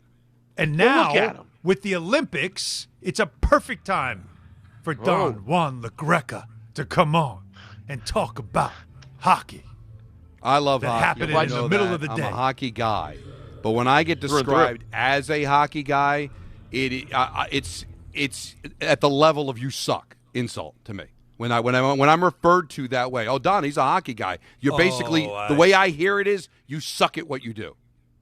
Well, Don, how about this? I'm on a sports talk show, and the people will call up and go, and Don, the way you love hockey, and Peter and wrestling. It's like I don't even watch sports. No, you should. That is an insult. You should take it as an insult. No, it is an insult. I do. You know what, Don? I'm skipping tomorrow on your behalf. Oh, protest. Let him know. He won't be there. You'll be there. I'll be there, guys. Absolutely. No. It's bright and early. Bright-eyed and Bristol, these are just jokes. Ain't early for you. We're just kidding. These are jokes. Well, it's great to have you back, Peter. Enjoy the rest of the night. Get some sleep. And we'll watch you on Get Up tomorrow, and we'll look forward to having you back on the show tomorrow. I'll be around at least for Fraud Friday. I love that. Well, that's for sure. That's for damn sure. But coming up, we reset. We got some new stuff on the Giannis front with the Knicks and with other teams in the NBA as well. So we have that. We do have to get into the Eli Manning conversation as well, as we did talk more of the Hall of Fame fallout after Bill Belichick doesn't get in first ballot. But it's 2 years now that Eli's waiting, so we'll discuss that. The Yankees and the Rangers and Panarin are in a situation now where Artemi Panarin can talk to teams and decide where he wants to go next. So the Rangers are at that place one more time as they play the Islanders again tonight, which is coming up right after our show. Some more to get to in the 5 o'clock hour. Don Hahn Rosenberg, ESPN New York. This Saturday on The Gary Myers Show, new Giants head coach John Harbaugh joins the show at 1 p.m. to talk about how he's going to turn around Big Blue. Gary will also preview Super Bowl 60 with Kansas City Chiefs head coach Andy Reid. It's all this Saturday at noon with Gary Myers on 880 ESPN and the ESPN New York app.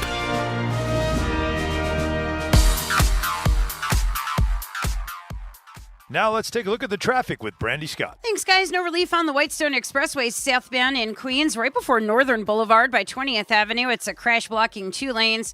Traffic is backed up across the span of the Whitestone Bridge. You're jammed from the Bronx side. Broken down truck picked up on the outbound Gowanus over by Fort Hamilton Parkway in Brooklyn. Still have some solid slowdowns going back onto the westbound BQE. After that, once you're on the Staten Island side of the Verrazano, you're packed there heading over to the West Shore. Best of it's the outbound George Henry Hudson. That's about it. West Side Highway northbound, some solid slowdowns from the 70s. Inbound George, about 5 to 10 for the upper deck. Outbound Lincoln, your best ride at 15 to 20. Outbound Holland Aranya, 20 to 30. This report is sponsored by the New York City Department of Transportation. Speeding ruins lives. Drivers, watch out for pedestrians and cyclists and slow your turns to less than 5 miles an hour. I'm Brandy Scott on 880 ESPN New York. Are you ready to make a difference for the environment while helping the visually impaired at the same time? Then donate your vehicle to Heritage for the Blind today by calling 1-800-983-6530. Every donated vehicle will either be properly recycled in an eco-friendly manner or given a new life through reuse. Donating your vehicle is easy. Simply call 1-800-983-6530 and Heritage for the Blind will do the rest. They'll even arrange for your vehicle to be picked up at no cost to you. And for a limited time, when you donate your car, you'll receive a $200 restaurant voucher and a 2-night, 3-day hotel stay at one of 50 locations. Call 1-800-983-6530 right now to schedule your vehicle donation and make a positive impact on the environment while helping others. Heritage for the Blind, where every car donation counts and every person makes a difference. Call 1-800-983-6530 now. This advertisement is paid for by Heritage for the Blind. This is Rick Brunson, the assistant coach from the New York Knicks. I'll be driving to our games this season in style in my new Jeep Gladiator from Princeton Jeep. My friends at Princeton Jeep gave me all-star treatment, and you can expect the same thing. Just mention I sent you, and they'll treat you like family. Princeton Jeep has tons of inventory and great deals on new vehicles. Visit Princeton Jeep at 1045 State Road in Princeton, New Jersey, or online at PrincetonJeeps.com and tell them Rick Brunson sent you. If you've been injured in an accident that wasn't your fault, then you need a lawyer who knows New York's unique personal injury and workers' compensation laws. At the Parisman Firm, they have decades of experience handling all types of accident cases and a proven track record of delivering huge results. Their team has already recovered nearly $1 billion for injured New Yorkers. From construction to car accidents and slips and falls, they've got you covered. Call the Parisman Firm now at 718-WORKERS, where your case is their cause. Get the justice you deserve today.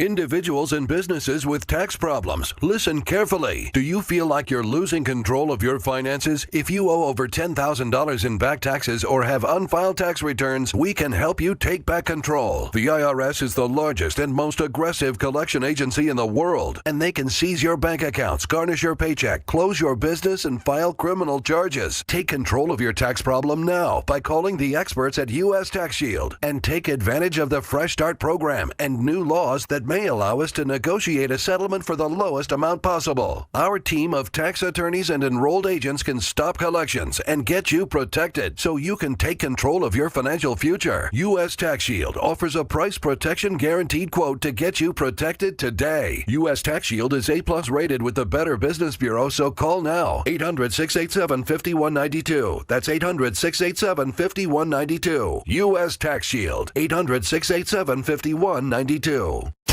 Hey, this is Mika Zibanejad. Hey, this is Adam Fox. Catch every Rangers game right here on 880 ESPN. WHSQ and WCBS-FM HD2, New York. 5:03 in the big city. It is just Don and Hahn now, as Peter is probably off to sleepy time. Sleepy time Bobo. But he needs to because he's got a lot to do as he's several hours away over in Riyadh. But it's me and Don with you. 800-919-3776. And Donnie, why don't we, before we get back into conversations on all things sports, do a game time brought to you by Tullamore Dew Irish Whiskey. Good because, and I warn you to save your voice, when it's game time, it's Tully time. See, I like that. That's actually pretty good. That's a little Quiet Storm, late-night radio voice. Little Barry White. Barry White, yes. The Rangers and Islanders, why not do it again? Why not run it back? Yeah, if you're the Islanders, definitely. Hell yeah. Tonight, this game now at MSG tonight. Coverage immediately follows us on 880 at 6:30. That's right, we're a 6:30 vehicle. So we'll have an Anthony Pusick ENN, and then we're out at 6:30 for Rangers hockey. And Don LaGreca's at the Rock. Why? Because the Devils host the Predators at 7. And, of course, you can hear Don and the whole crew on that broadcast at 7 on MSG as well. The Nets, they visit the Nuggets in Denver. That's at 9 p.m. Eastern. Tullamore Dew, the original triple distilled, triple blended, triple cask matured Irish whiskey.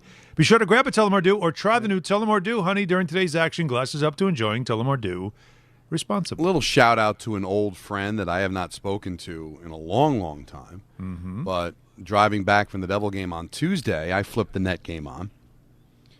And the game against Phoenix. It was a good game, and I listened to a good portion. Ending. I was driving home, and I guess Chris Carino, maybe he was doing Peacock, I'm not sure, was not doing the game. And Bob Husler was doing the game, and he did a wonderful job. I've always been a big fan of Bob, so it was cool to hear him in Phoenix calling the Nets and the Suns on the radio. That was cool. Classic voice.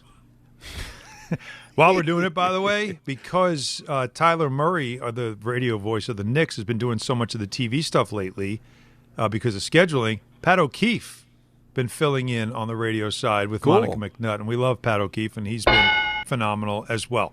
And speaking of the Knicks, Don, let's just bring this conversation back because there's more. The story with Giannis now with a week to go before the trade deadline. Next Thursday is the trade deadline, and the biggest name, of course, the biggest fish to catch, if possible, is Giannis Antetokounmpo. And the reporting is that the Bucks are now ready to listen to offers. In fact, they are currently listening to offers. And yes, everybody, the Knicks are very much involved in these conversations, and they are seeing if they can come out with a deal to bring in arguably one of the best players in the NBA, a top 3 player for sure, and a perennial MVP candidate. And Shams Charania, who does a lot of the reporting, of course, for ESPN these days on SportsCenter, he gave us the latest on the Giannis situation. There's 4 teams that have emerged as the strongest suitors so far in the process for Giannis Antetokounmpo. That's the New York Knicks, Miami Heat, Golden State Warriors, and Minnesota Timberwolves. But it all starts with the price point. And my understanding is the Bucks, in all trade conversations around Giannis, have asked for a blue-chip young player and or a surplus of draft picks. They are getting some aggressive offers right now that include all-star caliber players, multiple draft picks. So they're going to sift through offers this week, next week, and see, does anyone rise to that threshold? The Bucks have also indicated to teams that they're not in a rush. They could handle this in the offseason as well if they so choose, but there's a double-edged sword there with that as well, because Giannis will have a little bit more control come the offseason, because next season will be essentially an expiring contract. He has a player option in 2027, so that means that any team that trades for him has to know whether he will sign a long-term extension. So the key part there you heard at the end, Don, is what I've been saying all along, is that really the thing that everybody really wants to do is wait till the summer to do this. The Bucks are willing to wait till then. The Knicks would probably prefer to wait till then. But Giannis doesn't want to wait till then. And so you want to see is, can we get the best possible offer now from somebody that might not be in the running in the summer because of what Shams says at the end there. He'll then be on an expiring contract. He'll be due a 4-year extension of like $274 million that he might tell whoever acquires him, don't bother, I'm not going to sign it, I'll walk because I don't really want to be here. But if you know you can get him for a year and a half, which includes this season and playoffs and at least 2 playoff runs, then you probably do it just hoping that something works out in the short term. Right. So that's why this still feels, as much as there's smoke, this still feels like it could be all or it could be nothing by the time we get to the deadline, but that doesn't mean the Knicks shouldn't be involved in it. No, I get that. It's just all of this is being driven by Giannis. You have said it probably behooves the Bucks to wait till the summer. Definitely behooves the Knicks to wait till the summer. But it doesn't look like Giannis wants to be a part of this Milwaukee team any longer, even though, according to him, he's going to be out for at least the next month, and there's not much basketball left for him to play in Milwaukee. If he wanted to, they can just shut him down and not play at all. Yep. I think that's still on the table, too. Right. So it's not like he's going to have to suffer, the boos and the awkwardness of playing in front of the fans that he wants to leave or be traded away from. But I just think the Knicks are in the catbird seat. He wants to play for the Knicks. Why should the Knicks lower themselves to chase like everybody else when it would, I think, do damage to a team that could still make it to the finals anyway?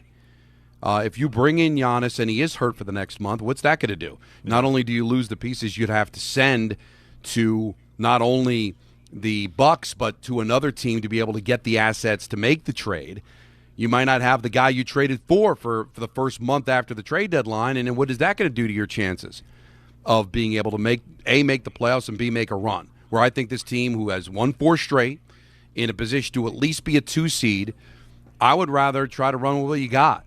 And if he wants to be a Knick, show me something, hang around, and so that we could trade for you during the offseason. Why do I have to lower myself to all the other teams who I think I'm above? Maybe with the exception of Minnesota, that I'm better than, and it's the one place that Giannis wants to be. So I feel like I just sit back and I'd wait. And if I lose him, I lose him. But I think at the end of the day, it's going to be on my terms, not his. Yeah, and certainly not the Bucks. And it seems like that is the general consensus from a lot of fans. We'll get back to the calls at 800-919-3776 in a moment on this because everybody has something to say about it. But my good friend Tim Bontemps is on the NBA Today. And so the question, of course, is if the Knicks are going to get him or trying to get him, what do they have to trade to get Giannis Antetokounmpo? It's going to be complicated. They don't have much in draft assets. They'd have to move Karl Towns and likely some other key players to be able to make a deal happen. But if the Knicks can get Giannis Antetokounmpo, expect them to try to do so, pair him with Jalen Brunson, try to end their own half-century championship drought. So they don't have a lot. And that's, I think, part of the problem, Don, right? Because if they had the pieces it took to do it, it'd probably have gotten done. And that's why now what you don't want to do is make desperate moves, as you said, because you feel like you're at that you're at that moment of truth as a front office with all the moves you've made to build this roster and to become a team that's a contender, starting with getting – well, really it started with getting Julius Randle. Right. But you got Jalen Brunson. You got a couple of more Villanova guys that gave you some of that winning DNA that you desperately needed. And then you turned Randle into a guy like Karl Anthony Towns, an all-NBA player who's considered one of the best big men in the league. Now, he's not having a great year this year, but he was very good last year. So now it's, okay, can you take the next step with this group as currently constituted and maybe make some subtle moves by next week's trade deadline to just, a couple more dogs on this team, whatever you need that you feel like you're lacking in smaller pieces rather than go for the mega piece and which would make the bigger headlines. It's easy for us to say, Don, no, I'm walking away, but it's hard when, you're a front office, you've done all this stuff, and you are – I've said this before.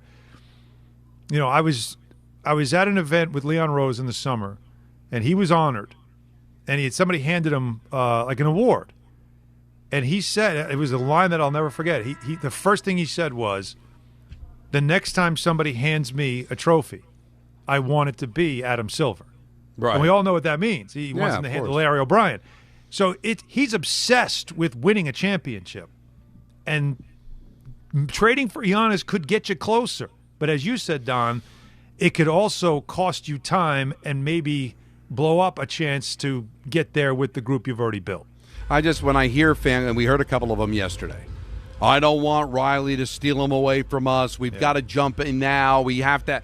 No, that sounds desperate to me. That sounds like the old Knicks, where nobody wanted to play for you as a clown show in the front office, and you were looking for somebody to change the face of the organization. You are run well. You are a really good basketball team. Hey, you're not a championship caliber team, but you might be headed that way. And I'm not saying they couldn't use Giannis. Of course they could use Giannis. But let's not act like the old Knicks who are trying to get back to relevancy or trying to get up from getting knocked down. This right now is a team that's had its problems and still is the second best team in the Eastern Conference. And the only thing standing in their way right now is a team that they handled last year in the postseason. Mm-hmm. And in my eyes has not by 30 when they played them this year. Oh, I get it. And so did the Cavaliers when they played them in the regular season. What happened to the Cavaliers last year in the postseason? No, they will. You know better than I do. You follow this day in, day out. The Pistons feel like the Cavs from last year. A really good regular season team playing with a chip on their shoulder, but do they have what it takes? Do the Knicks have what it takes? I don't know. But compared to all the other teams in the Eastern Conference, I like their chances, Alan. I do. And I don't like their chances if they make this deal and Giannis is sitting in a suit watching games for the first month as a Knick. That's the problem. Yeah, to me, the injury, the calf injury, is the biggest problem to me. That's the biggest concern to me, and it's a reasonable one to have if you're trying to make one of these, for no better way to put it, gun-to-your-head kind of trades in season rather than saying, hey, listen, we want to get you, but we don't want to do it in the middle of the season. Why don't you get healthy, sit out the rest of the year, and let's revisit this in the off season.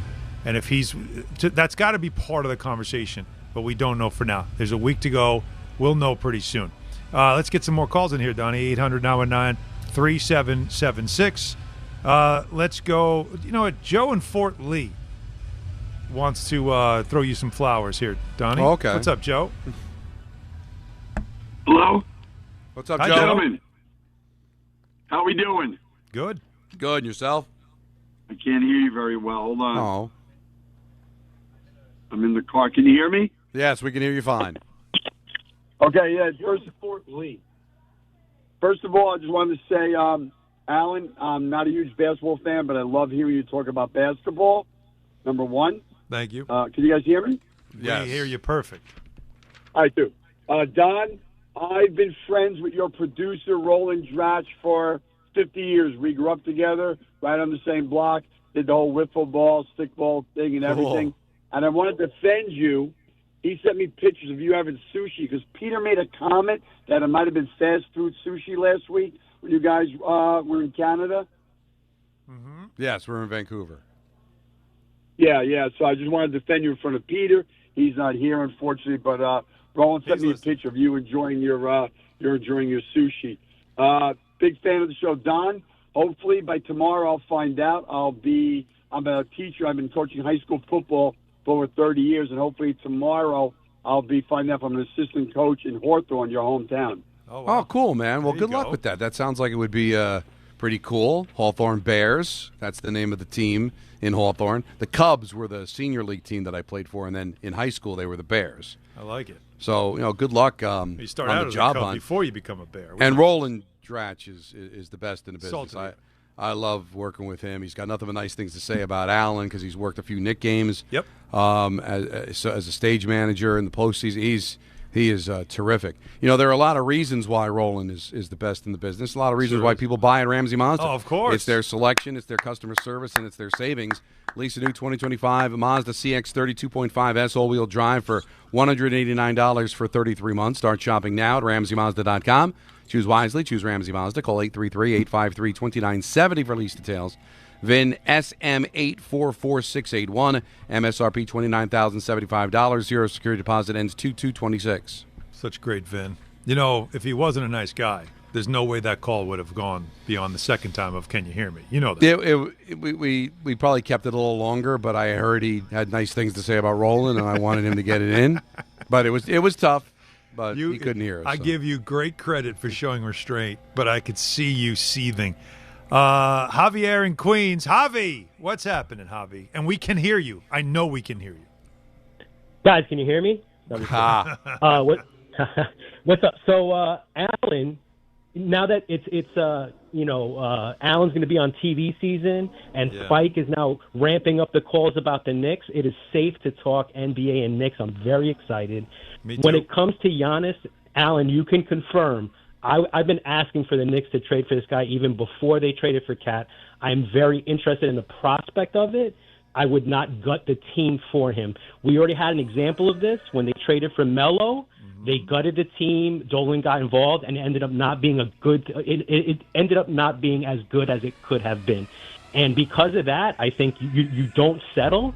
And when it comes to Cat, I just I was telling Jacob, Cat's really frustrating. Like Cat is like a partner, a girlfriend, a wife that's amazing at one thing, but you can't trust her, and it's very hard to get off. But like it's the 5:15 without whistle. in order for them to move on with Cat, they can be good, but they need to be able to rely on him, and he has not been that reliable this season. The trust is just not there. So bring on Giannis for me. Just don't gut the team.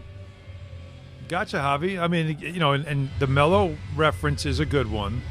By the way, Don, the 5:15 train, that was 3 minutes late today. Yeah, we can't nail down. It was in the 4 o'clock hour on Tuesday. It was very early the other I'm day. going to have to talk to somebody. But there is something to be said, though, about that Carmelo Anthony trade that James Dolan has openly talked about. And he has said that he vowed never to get involved again. And he didn't, to a point where people had to beg him to get back into the game when Phil Jackson was completely dismantling the franchise. And it was like, please, this is when they need you to step in. And he finally ended up moving on from Phil Jackson. But he has left Leon Rose alone when it comes to player personnel and building a team. But I know how I'd be if I owned a team and there was this guy and what he could mean for the team. Well, I'd at least want to be in the room going, what are we doing? What are we doing? I know it's human nature to want to be involved. But, Dolan did go on record saying they're not going to make a big move. So is he thinking the way I am? Is he playing coy? We'll see. But rumors are they are involved in this. So they're not taking my advice. They are making the phone calls. They're talking. But that doesn't mean they'll get something done, and they could still step up and go, we kicked the tires, but we like our team, so. Which is, again, what you said earlier in the show, which I loved. And you're so against the Hollywood script sports story thing of, we believe in you. Right. We're not going to do, but that's essentially you could go through a process where the team is on edge going, are we going to make this trade? Or who's going to go? And they could be on edge. And then you walk in that room. You go, you know what, guys? We spent a whole week, and we talked about it. And every time we saw what we were going to have to give up, we kept saying, no, we don't want to do it because we believe in you. And you don't deserve to have this team broken up. And we want you to know that we said no because we believe in you. And what does that do to the room? Does it galvanize the room? Does it take the pressure off? How does it not? How does it not galvanize these guys, especially Cat, who admitted that the trade rumors have kind of gotten to him. And listen, it still could happen in the offseason, but to know he's a Knick for the rest of the season with a team that's got a chance to make a run. Yeah. And with all their issues, there they sit as the second-best team in the Eastern Conference. Right, So, where they've been all year, really. I mean, they just slipped for a couple of days, but they got themselves right back to where they were, and they still got to prove that they're good enough, tough enough to beat a team like the Pistons. But you're right, it is a different animal in the postseason. On the other New York team, or the other team in the Garden, Rich and Comac wants to discuss with us. Rich. Hey, guys. Just wanted to ask Don a question. I guess I could ask Alan a question, too. I'm so used to just asking Don the hockey questions. I'm not sure if you remember, Alan was beat writer for the Islanders. Oh, sure. Take a drink, everybody. We know. Also, I've never seen a team test a goal horn so much where they can't score goals. Maybe they should dial that back a bit. But it's well deserved. I mean, they got to get it going. While I was covering hockey, I did get one of these. There you go. You know what I mean? So good for you, man. In case anybody was wondering. Cool.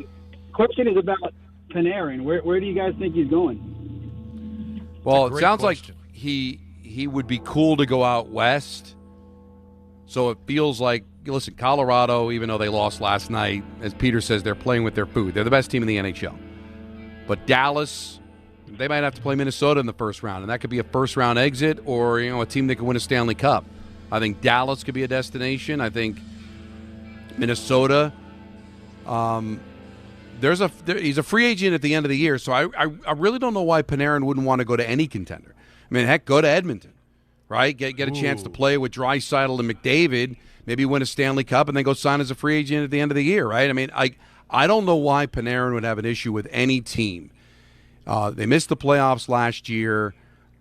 I feel like any of those Western teams have a chance to make a run. You're hearing Tampa. That's a team that is competing with Detroit for the best record in the division. They always find a way. Eventually, Florida's going to figure it out, and they're going to get healthy, and they're going to make a run. But Tampa's a very, very good team. The Dodgers. The Dodgers can throw their hat in the ring. I'm going to say Dallas or Tampa. What can you? Here's the better question: if you're a Ranger fan, what you want to know, because Panarin's going to want an extension and all that stuff, right? So whoever's taking him on is not taking him on for a rental, I imagine. What are you getting if you're the Rangers here? What are you getting? Like, what's the best they can get out of this? Yeah, that you feel like, all right, like breaking up this team, at least the retool is really underway. Because this might be your most valuable piece that you are willing to trade, right? It is, but it's so hard to get real true value for a rental. But this is one of the great free agent signings the Rangers have ever had. I mean, his numbers, he had a 120-point season one year. Now, he hasn't been great in the postseason, but he did score that goal against the Penguins that set up that conference final run in 22. You're getting a really good player, and a really good player on the power play, too. But, it's probably picks and a prospect. I can't imagine it's going to be a huge haul, but it'll be bigger than anybody else that you could move. Right? And, if Zibanejad Wade is no trade clause, because of the contract and the money that might have to be eaten to make it work, might not get back as big a package as Panarin can. Adam Fox, that's a different story, but that hurts a lot more than giving up a player that you've already told, I'm not going to re-sign you. Yeah. So I'm not sure what they would get in return, but you got to do it, right? This team is going nowhere. They're in last place in the Eastern Conference. You've already told them you're not re-signing here. So whatever it is, it's better than nothing. And I think there's going to be some – if you get teams that are trying to acquire him that could win a Stanley Cup, you're not going to get nothing. You're going to get something pretty – significant, I would think, but he is talking extension with these teams also. He could. If that's what's taking so long. Right. So that means that I would think Dallas is a possibility, and I don't have the salary cap ramifications in front of me. They just gave Rantanen a big deal in Dallas. What is Tampa's maneuverability financially? Look, there was San Jose rumors today. Well, listen. Wow. San Jose's tough because. It's still, I think they're a couple of years away. I think you'd want to go there. But to play with Celebrini, I think that's a really cool, underrated hockey market. Rangers West. It is. Wenberg, Gaudreau, Reeves. Yeah, I mean, those are Rangers for a minute, guys. I know. Those aren't like... Barclay Goodrow is the reason this all started, Oh, if yeah, you you're if you right. believe the lore. So All right, so what about, Anthony, since you're chiming in, and I love that you are. Hello. You gave me a little noise in my ear when I said probably the biggest return they can get or the biggest asset they have to trade, that they're willing to trade. Why did you make that noise? You don't agree? I think that there's a chance that people value Vincent Trocheck. Now, again, if a team is talking extension with Artemi Panarin, that is going to give the most return. But if you're talking about guys that are rentals, and Trocheck would not be, I believe he still has term. That is a possible second center, third center for a cup contending team that wins faceoffs and can kill penalties if they want to. And he can work on the power play. That is a very valuable asset. That's and why with he's in term. the Olympics. And term, yeah. And a team that could use a center is that Minnesota Wild team with the USA GM Bill Guerin. So that is a guy that I think is intriguing, and you've been hearing it from all of the particulars and all the people that you always hear from Don and Allen saying that is a guy that is of interest to people because there's not a lot of guys with term that are on the market. That's the interesting part here for the Rangers. They may be in sell mode, and there may be other people, but we're talking about a retool for this Rangers team, and they're going to give up a lot of guys for term or guys that are younger that may not be part of the future that other teams aren't giving, which is why they're in such a prime position to do this retool now. And that Rangers report brought to you by Anthony Pusick, the best producer we have here at ESPN New York. Wow, nice. Coming up, Damien Woody joins us.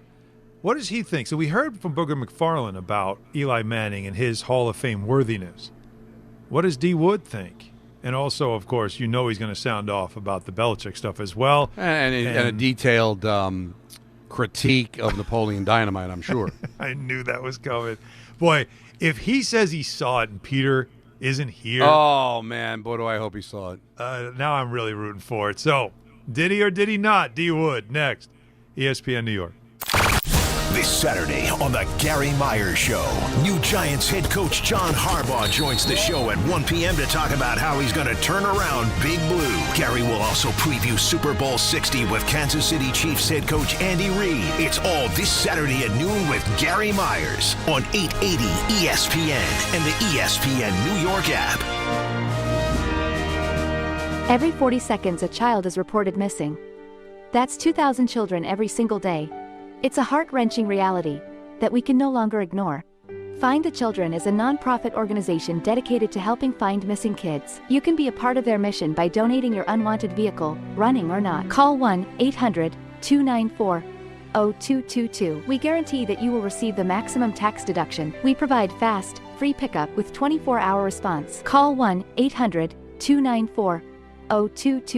Find the Children provides crucial resources to help find missing children and educational materials to teach kids how to recognize and avoid predators. Our recovery programs have a proven track record of reuniting kids with their families. It's time to act. Donate your unwanted or unused car. Help us build a world where every child is safe. Pick up the phone and call 1-800-294-0222. Together, we can bring these kids home safely.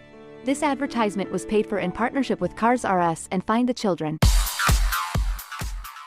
And now let's take a look at the traffic with Brandy Scott. Thanks so much, guys. Just no easy way to get around right now, and we still have this issue over in Queens, southbound Whitestone Expressway by 20th Avenue. It's a crash involving a tractor-trailer. Left lane is still blocked. You're backed up across the span of the Whitestone Bridge, packed there from the Bronx side. Not moving much on the Meadowbrook southbound in Nassau County. A broken down car in the left lane right before the Southern State. Solid ride there from the Northern. Better off using the southbound Wantagh heading into the area. No easy way to the outbound George, and especially tough on the southbound Egan. Crash in the west 230s. You're backed up onto southbound 87 in Yonkers. Inbound George about 5 to 10 for the upper deck. Outbound Lincoln and Holland tunnels are running about a half hour each. This report is sponsored by the New York City Department of Transportation. Speeding ruins lives. Drivers, watch out for pedestrians and cyclists and slow your turns to less than 5 miles an hour. I'm Brandy Scott on 880 ESPN New York.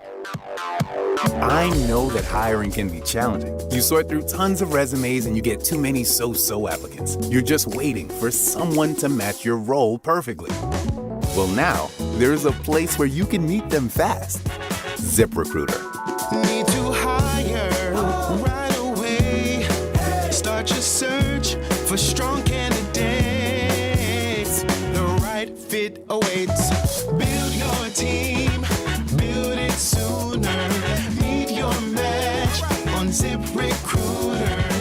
Just head to ZipRecruiter.com/ESPN right now to try it for free, and you're on your way to meeting your match. 4 out of 5 employers who post on ZipRecruiter get a quality candidate within the first day. So try it now. Go to ZipRecruiter.com/ESPN. Once again, that's ZipRecruiter.com/ESPN. Meet your match on ZipRecruiter. Try it free. Listen, I know the mentality. You try to play through pain and walk it off. Push through one more day. But when it comes to neck pain, back pain, sciatica, or nerve pain, that's a losing game. That's when you call Dr. J. Shaw at Sandwell Pain. Dr. Shaw is one of New Jersey's top pain specialists, Ivy League trained, double board certified, and he focuses on non-surgical solutions that get real results. No cuts, no downtime, no dependence on pain meds. He builds you a custom game plan for you so that you can move better, feel better, and live pain-free. Same day or next day appointments are available. Visit SandwellPain.com. Stop managing pain. Start beating it. That's the ease at which you get information. You want it, you get it. Like that. Ask your phone. Group chat. Smartphone. You're always connected and informed in real time. No waiting. So if you're diabetic and still using finger sticks to read your blood sugar, what are you waiting for? Knowing your blood sugar levels instantly is important for managing diabetes. Call US Med at 888-665-0696. To learn more about continuous glucose monitors, a real-time instant method to track your blood glucose, US Med is an approved provider for Medicare and over 1,000 private insurers. And the best part? Call 888-665-0696 and we'll give you a free insurance benefits check today. So call 888-665-0696 today. That's 888-665-0696 and manage your diabetes as easy as...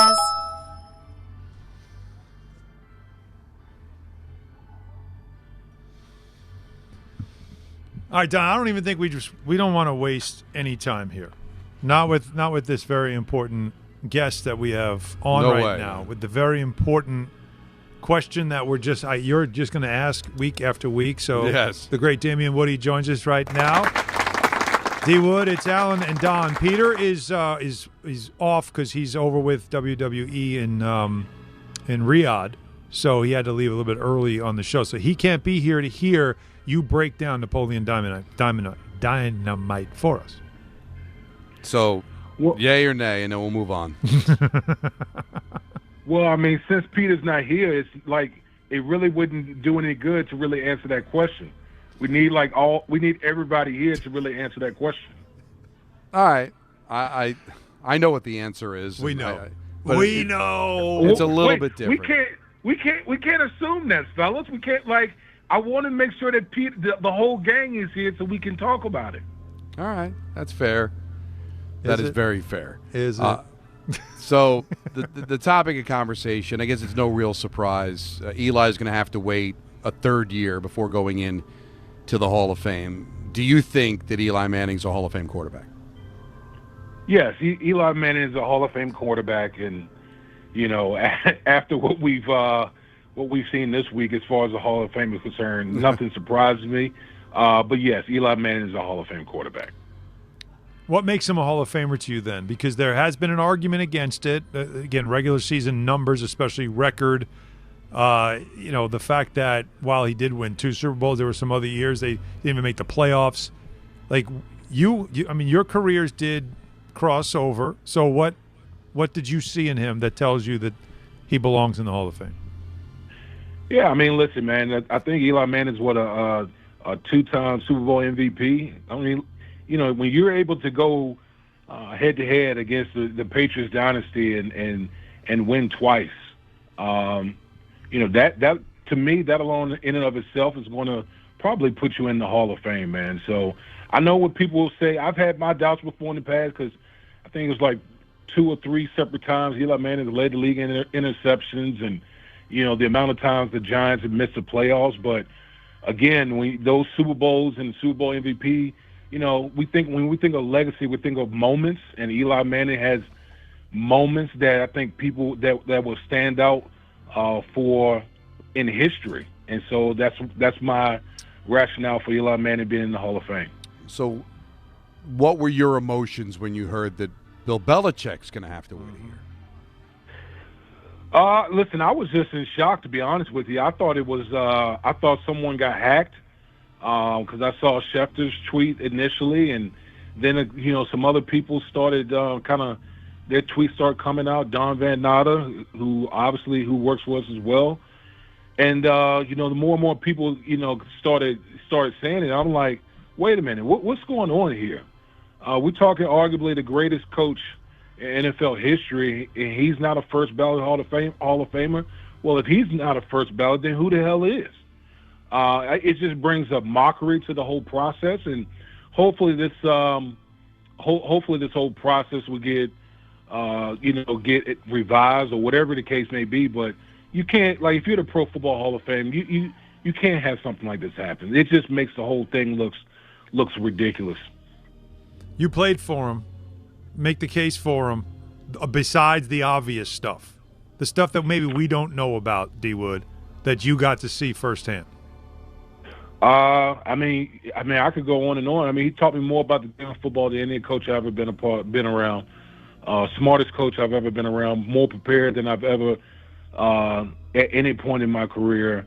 I mean, listen, he just coached circles around people out there.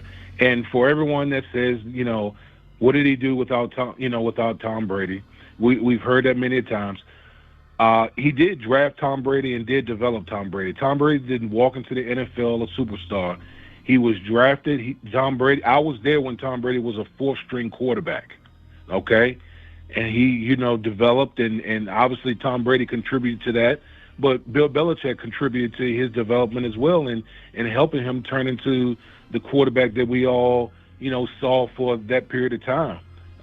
So listen, when you add it all up, not only his time with New England, but obviously his time with the New York Football Giants as a famed defensive coordinator. Come on, like there's no dispute that this man is the epitome of champion when it comes to the National Football League.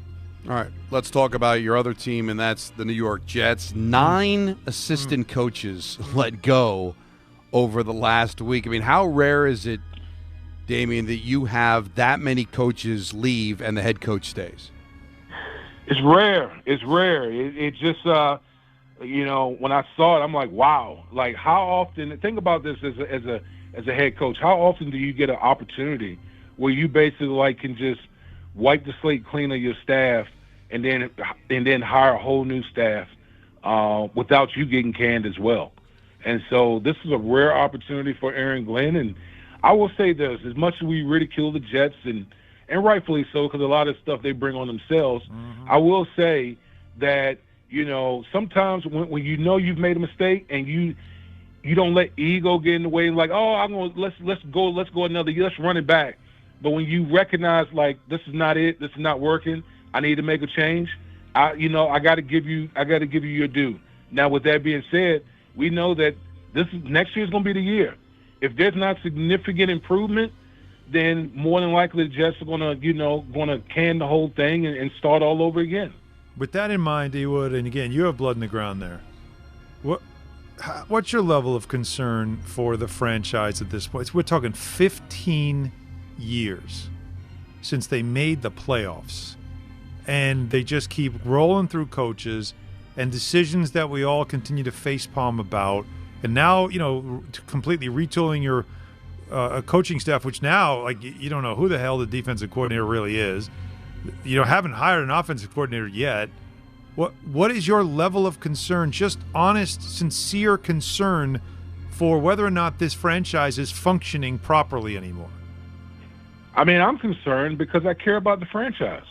Listen, man, I had a great time with the Jets franchise. The franchise has done right by me all these years, and so I want those guys to do well. But it's been so many things going on with the franchise that it's just like they've been, it's like they're throwing pies in their own face by some of the miscalculations and things that they've done over the year. And what my hope is, man, is just like we just need some competency. That's what you want to see. Like, can we see some competency from the organization?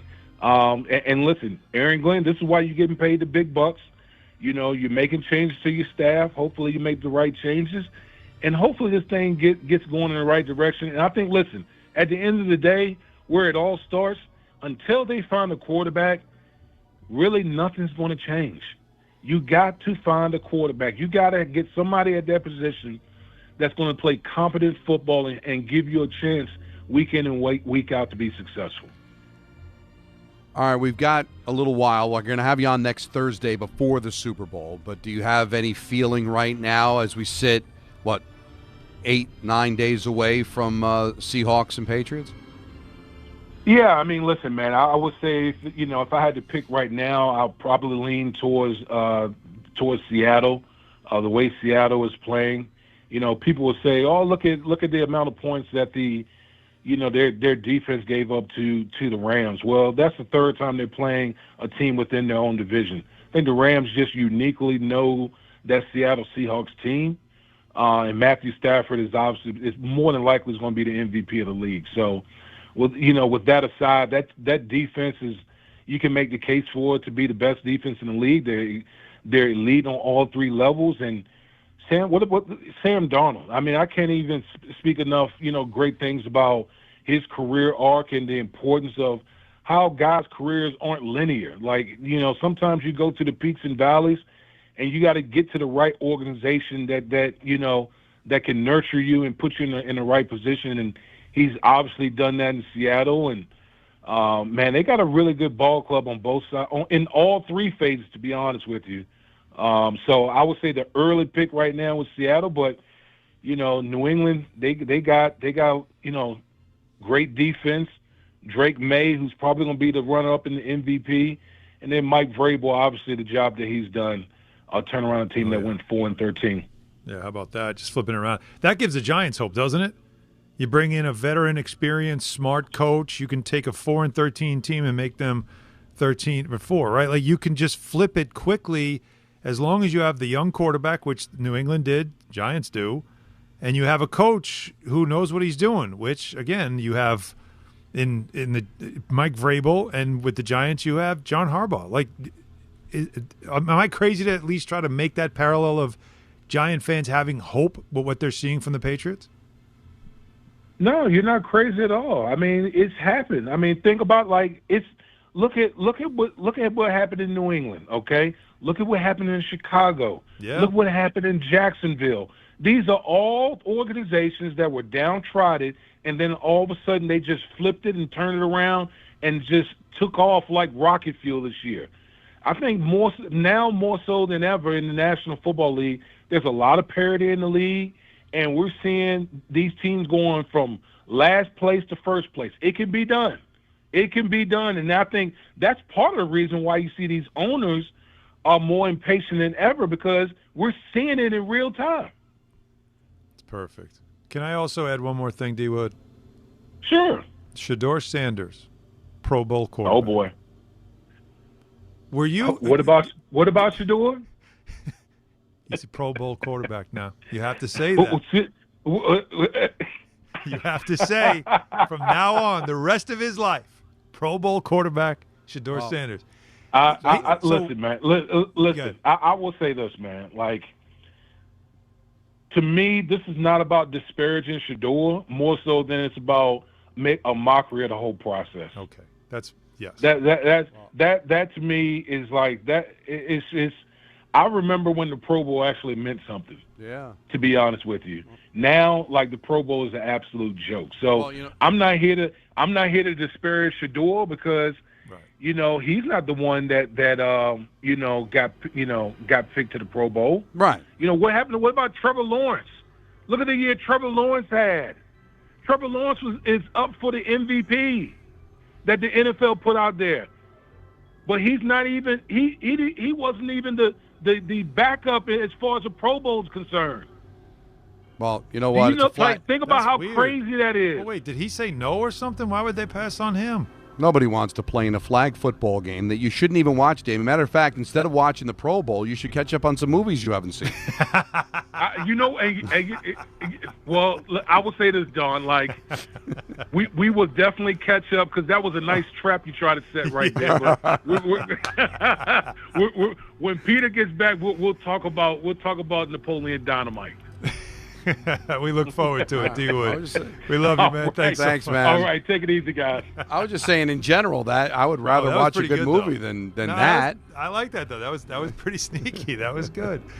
All right, we have more calls to get to with you. 800-919-3776. And, Don, this show is almost over.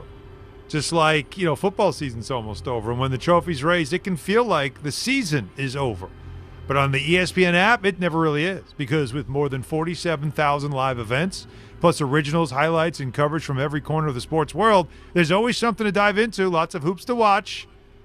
No off-season, just everything a fan needs to keep going. Always in season, get all of ESPN, all in one place. Download the ESPN app on your TV or phone today. Speaking of phone, we will get to the calls next on Hahn Rosenberg, ESPN New York. Good Karma Brands is proud to be an equal opportunity employer, providing equal employment, development, and advancement opportunities to all teammates and applicants. To learn more about careers with us, please send an email to talentacquisition@goodkarmabrands.com. That's talentacquisition@goodkarmabrands.com. Never have I ever called my sister from the finish line of my first marathon. Hello? You won't believe where I am. Are you running? Mile 26. I'm gonna make it. Switch to T-Mobile's 55 Plus plan and get iPhone 16e with its advanced camera system on us. Plus, 2 lines for just $30 a line. Guys, I can't believe it. I knew you could do it, babe. That was amazing. Mom, how do you feel? I feel great. I can't feel my feet. Let's take a picture, and then you may carry me to the car. Share every stride, every mile, every memory on America's best network. Switch to T-Mobile's 55 Plus plan and get iPhone 16e on us and 2 lines for just $30 a line. With 24 monthly bill credits and 2 eligible port-ins on Essentials 55 Plus for well-qualified customers with autopay, plus taxes, fees, and $35 device connection charge. Credits end and balance due if you pay off early or cancel. Contact us. Finance agreement 128 gigabytes, $599.99 required. Best mobile network in the U.S. based on analysis by Ookla of Speed Test Intelligence data 1H 2025. Visit T-Mobile.com. This is Rick Brunson, the assistant coach from the New York Knicks. I'll be driving to our games this season in style in my new Jeep Gladiator from Princeton Jeep. My friends at Princeton Jeep gave me all-star treatment, and you can expect the same thing. Just mention I sent you, and they'll treat you like family. Princeton Jeep has tons of inventory and great deals on new vehicles. Visit Princeton Jeep at 1045 State Road in Princeton, New Jersey, or online at PrincetonJeeps.com and tell them Rick Brunson sent you. Every 40 seconds, a child is reported missing. Find the Children is a nonprofit organization dedicated to helping find missing kids. You can be a part of their mission by donating your unwanted car. Call 1-800-294-0222. You'll receive the maximum tax deduction, and we provide fast, free pickup. Call 1-800-294-0222. Donate your unwanted or unused car. Call 1-800-294-0222. This advertisement was paid for in partnership with Cars R Us and Find the Children. Most people in radio commercials talk really fast. But we made this one for RV owners. Progressive knows they like the slower pace of RV life, like this commercial. And they know Progressive will protect their RV at a fair price with discounts. Now here comes the fast part. Progressive Casualty Insurance Company and affiliates. Discounts not available in all states or situations. In the city that never sleeps and never stops talking sports, ESPN New York is always on. Now you can live and breathe everything New York sports wherever you are. On your radio dial, on the ESPN New York app, and streaming live on YouTube. However you watch or listen, ESPN New York is always on for you. Hear us, stream us, watch us. This is ESPN New York. Hey, New York and New Jersey, commitment issues? No problem. Now you can get unlimited talk, text, and data for $25 a month forever, as in for life. Switch now at boostmobile.com. After 30 gigabytes, you may experience slower speeds. Pay $25 a month as long as you stay on the Boost Mobile Unlimited plan. Presented by Robinhood. He crosses, spins, pulls up. With Robinhood Prediction Markets, buy or sell your predictions all game long. No house odds, just you versus the market. Put your sports IQ to work. Trade every shot, block, steal, run, and moment that shifts the game. With Robinhood Prediction Markets, Trade every play. Visit Robinhood.com/predict to start trading. Futures and cleared swaps trading involves significant risk and is not appropriate for everyone. Event contracts are offered by Robinhood Derivatives LLC, a registered futures commission merchant and swap firm. There are a lot of reasons why people buy at Ramsey Mazda. It's their selection, it's their customer service, and it's their savings. Lease a new 2025 Mazda CX-50 2.5S Select with all-wheel drive for $179 for 33 months. Or buy with 0.9% APR financing for 72 months. Start shopping now at RamseyMazda.com. Choose wisely. Choose Ramsey Mazda. Call 833-853-2970 for lease details. VIN SN379853. MSRP $33,425. Zero security deposit. APR at $14.27 per month per $1,000 financed. Ends 2/2/26. 2-2. Our good friend Kevin Weeks. We know Weeksy has his finger on the pulse of the NHL. He said, according to his sources, the following teams have expressed an interest in Panarin. There's a lot of them. Okay. All right. So the Ducks, the Kings, all the California teams, Ducks, Kings, and Sharks. The Golden Knights, Dallas Stars, the Utah, the Mammoth, right? The Avalanche, the Wild, the Kraken, Maple Leafs, of course, Hurricanes, Capitals, Lightning, and get ready for this, your New York Islanders. All wow. I think every team that you mentioned, especially the Western teams, are all like playoff teams except the Kraken. The Kraken are interesting, unless they think they can, they think they can make them an offer. They probably have some cap space. Yeah. And they desperately need offense. And that's a cool city. It's a great place to go play. But, in the Mammoth, they're trying to listen, they can use some offense too, and they're a playoff team trying to make a run. But Vegas is really interesting. Yes, it is. Because that is a team that can win the Cup. And if they add a Panarin, then he's a type of guy that probably would love Vegas. And unlike the Central teams, where you got Colorado to deal with if you're Dallas or Minnesota, I mean, the Pacific is up there, right? Yeah. Edmonton, Vegas, the Kings are kind of, all those teams are interesting because all of them can go on a run and win that division. So that's why they would love to be able to add somebody like that. How much would it shake things, though? Again, Matthew Darsh is making it clear, like he's going to be in on stuff. They're pretty happy with what they've gotten so far. They're already talking about, the message they wanted to send to the locker room and why they made the two deals they made. But those aren't really those don't shake the room.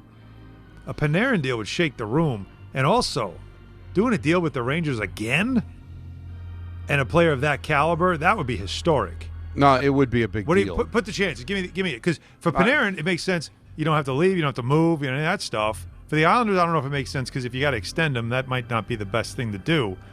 But let's just give me a number, 1 to 10. No, magnitude of a trade if they were able. Well, listen, the magnitude would be off the charts, but the chances of it happening, I think, are like single digits, right? Yeah, They've never made that kind of a significant deal. And the Islanders, who knows what they can do if they're able to add a Panarin? Because again, they're not a great offensive team either. Right. Carolina, kind of the same thing. They got real nice forwards, right? Jarvis is a really good forward. Aho's really good. Svechnikov's really good. But Panarin, does he fit them though? You can make the case. It's exactly what they need. I mean, this is a team that's a perennial. They're always the favorite to come out of the East and win the Cup. They have not been able to get out of the second round because they're always short a goal. But what's the knock I'm not on in love him? with their goaltending either. Isn't the knock on him in the playoffs? He doesn't really like, to go in the dirty areas? He's an East-West player instead of North-South. But he on special teams, big power play. Sure. Listen, Carolina's got a team that can give them some room, right? They've got some big boys that can get them some room. Fair point. But what's really failed Carolina has been can they get the goaltending in the postseason, and can they get those goals when they need them? But they've got some really good veterans. They win faceoffs. So Jordan Stahl's still there, still a really good player. They really aren't missing anything. They're a really good, complete team and very well coached. Yes. Maybe they need a little bit of a spark plug that kind of goes against the grain a little bit. You know what I mean? Yeah. Somebody that can kind of create something offensively. Yeah, I mean, again, what you said makes a lot of sense, too. Well, we don't need him to go in the dirty areas. We've got plenty of guys to do that. We need him to be in the places that put the puck in the net. That's what we need. So maybe that's the thinking, but it's definitely something to watch. Well, the good news for Carolina, they can't beat the Rangers on a bet. They're not going to have to worry about the Rangers in this postseason. So. That's a good point. Let's do one more game time, brought to you by Tullamore Dew Irish Whiskey, because, Donnie, when it's game time... It's Tully time. Sure is, baby. Rangers and Islanders, speaking of them, they'll run it back again tonight after an Islanders 5-2 win last night at UBS. They're at MSG tonight for a rematch. Coverage immediately following us right here on 880 a.m. at 6:30, right after ENN. The Devils, that's why Donnie's at the Rock. That's why you hear that wonderful organ playing. That's so hockey, isn't it, when you're hearing the organ in the rink? Yeah, to me that's definitely hockey. That's so hockey. Devils and the Predators from Nashville tonight. That's at 7 on MSG as well. And the Nets, they are in Denver to visit the Nuggets at 9. Tullamore Dew, the original triple distilled, triple blended, triple cask matured Irish whiskey.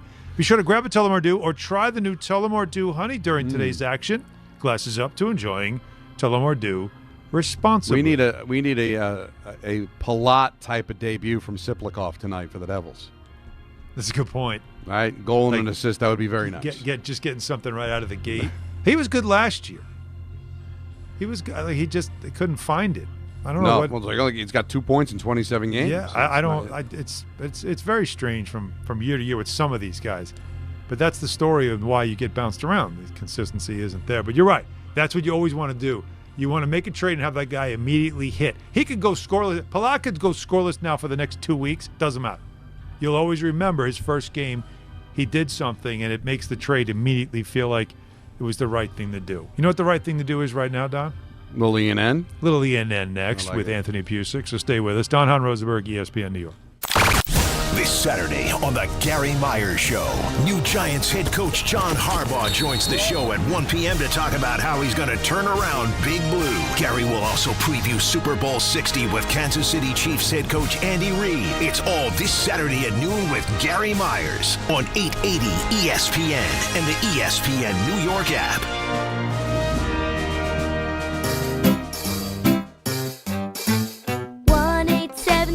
Cars for Kids. KARS Cars for Kids. 1-877 Cars for Kids. Donate your car today. 1-877 Cars for Kids. Donate your car today. Ready to get rid of that old car? Donate it to Cars for Kids. Call 1-877-CARS-FOR-KIDS to reach a friendly live agent. Donation's super easy, and your car can be picked up as soon as tomorrow. Call us now, 1-877-CARS-FOR-KIDS. That's Cars with a K to donate your car today. 1-877 Cars for Kids.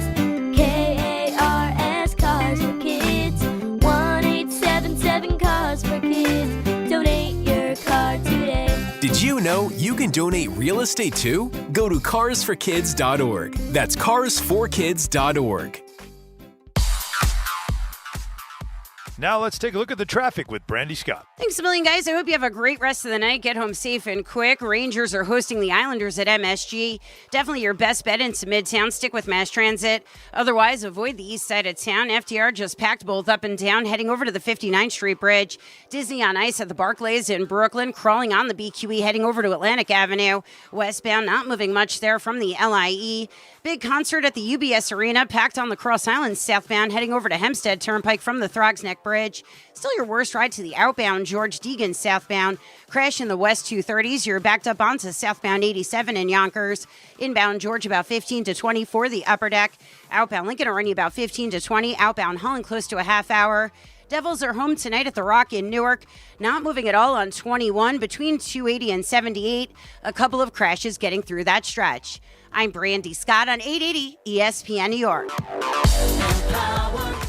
Pete's back on the links with all new golf clubs and hopefully less swearing.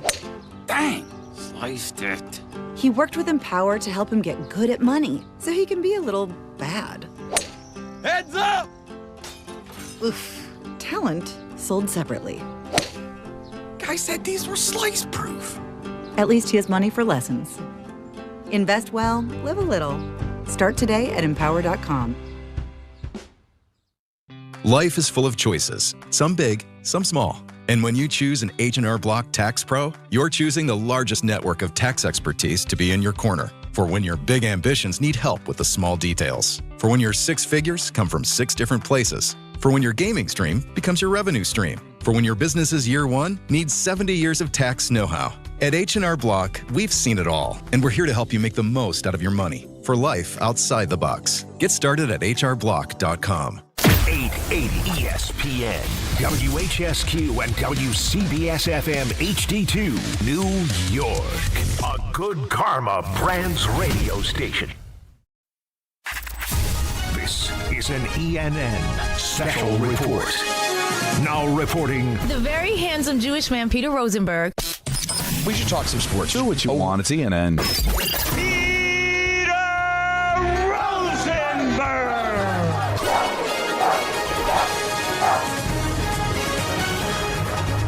Well, yes, it is that time for ENN, and it is brought to you by Ramsey Mazda, and it is presented by the lovely and talented Anthony Pusick. Oh, well, thank you very much, Alan. Hi, Don.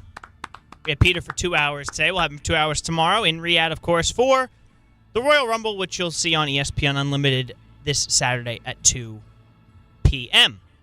And with that, I'll say good evening to Don. Don looks awful, and his takes are even worse.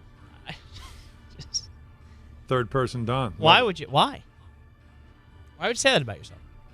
I'm not saying it. They're saying it. No, they're not saying. Who are these people? They're saying it with their silence. I'm going to need a name. I'm now going to make the case for you aggressively. Stumping. Yeah, when You're gonna hockey basically- season gets going. You're gonna, You know what? You're going to When be living basketball there. season soon. gets going. How dare you?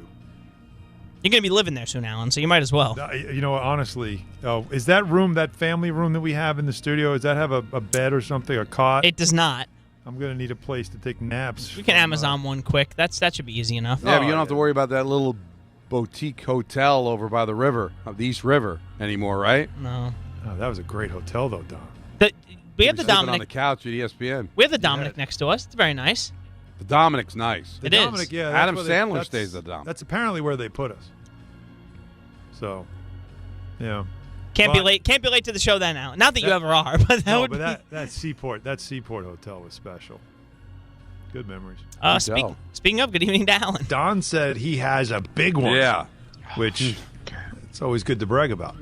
just subtly, you could hear Peter in the back. Don said he has a big one. Yeah. Which it's always good to brag about. Peter was disgusted. He's like, okay.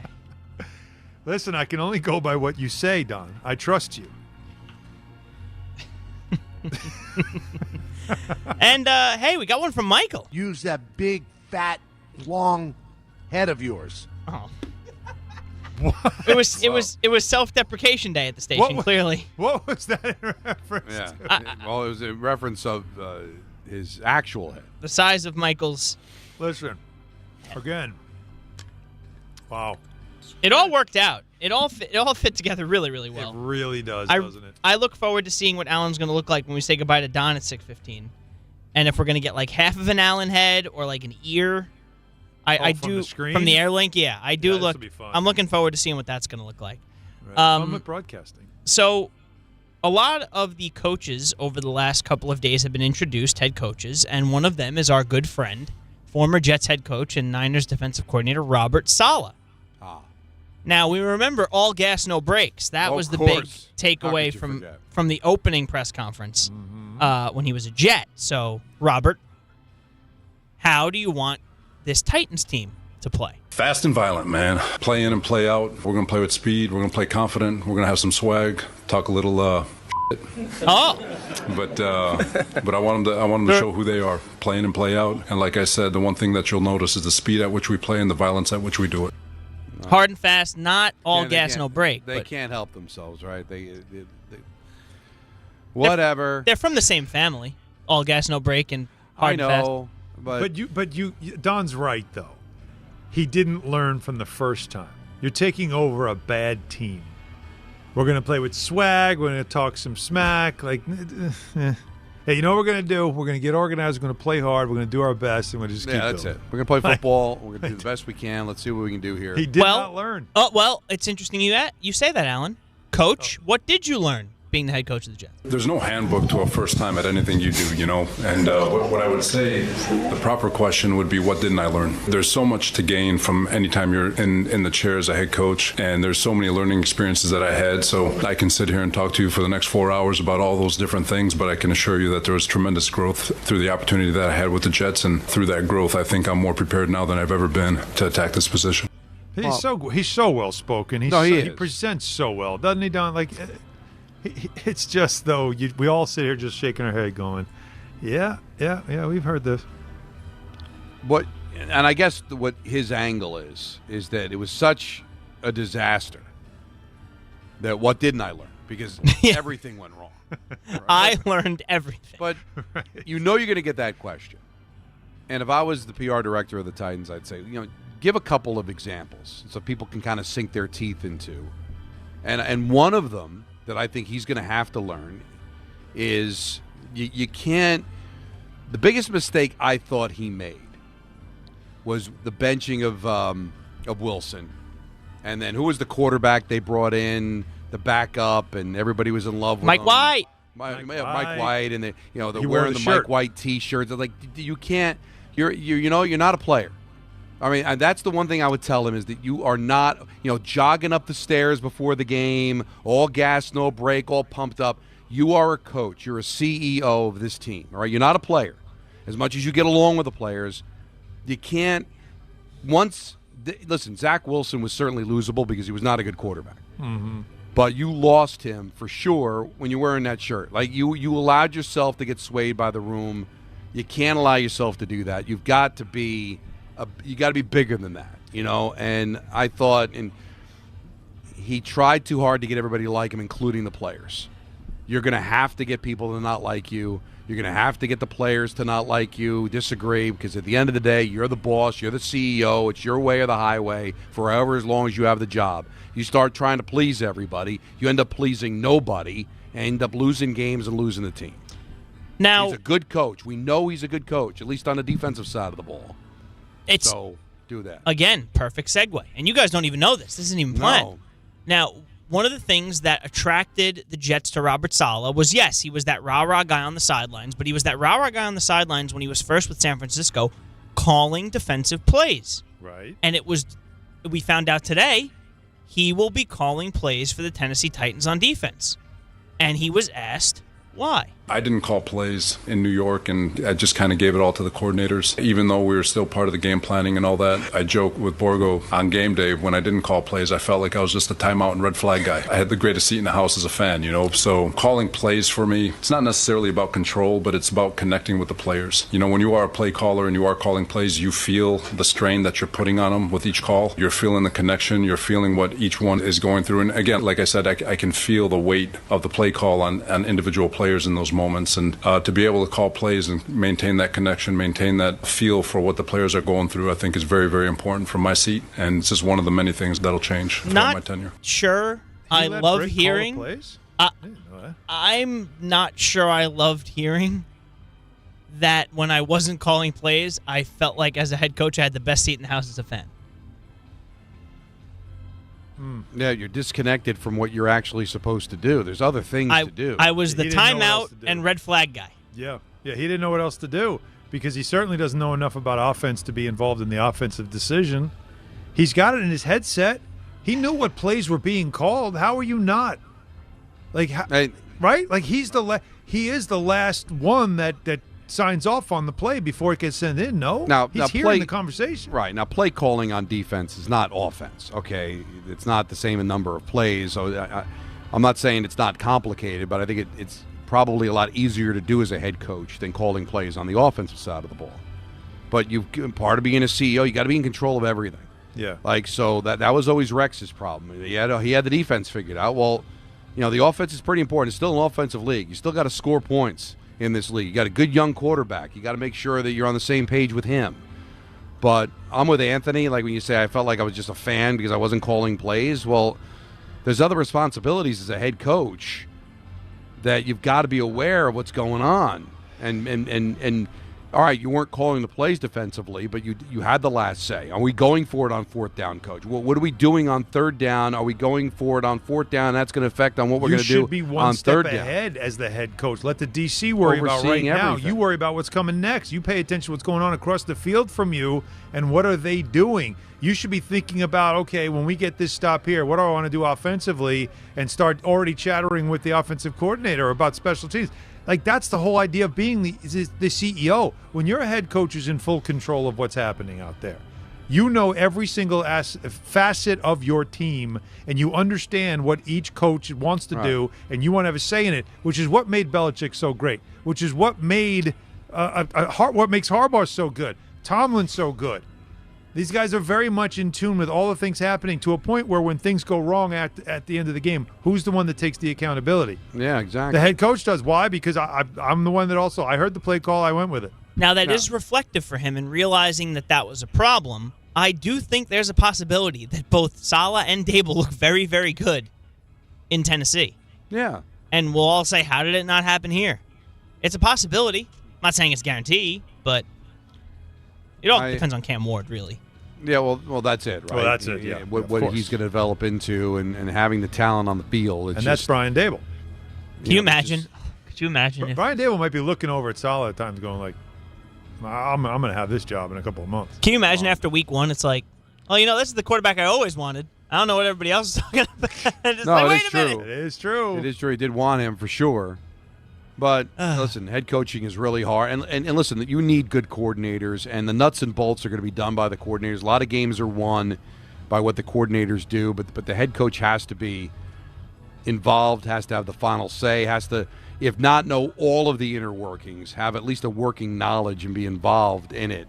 Just can't be a defensive guy, worry about the defense, and by the way, Dable's got the offense. I don't have to worry about that. Well, so what are we saying? When the offense has the ball, you're just just watching the game as a fan? That's not what I want out of my head coach. He's got to be working, man, and doing all the things necessary.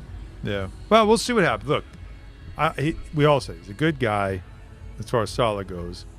It's a job that'll have less intensity on it coverage-wise. They have a new stadium. You see it? No, I have not seen it. Not next year, but the 27, I think it'll be done. Pretty impressive. It's well, beautiful. we can guarantee one thing.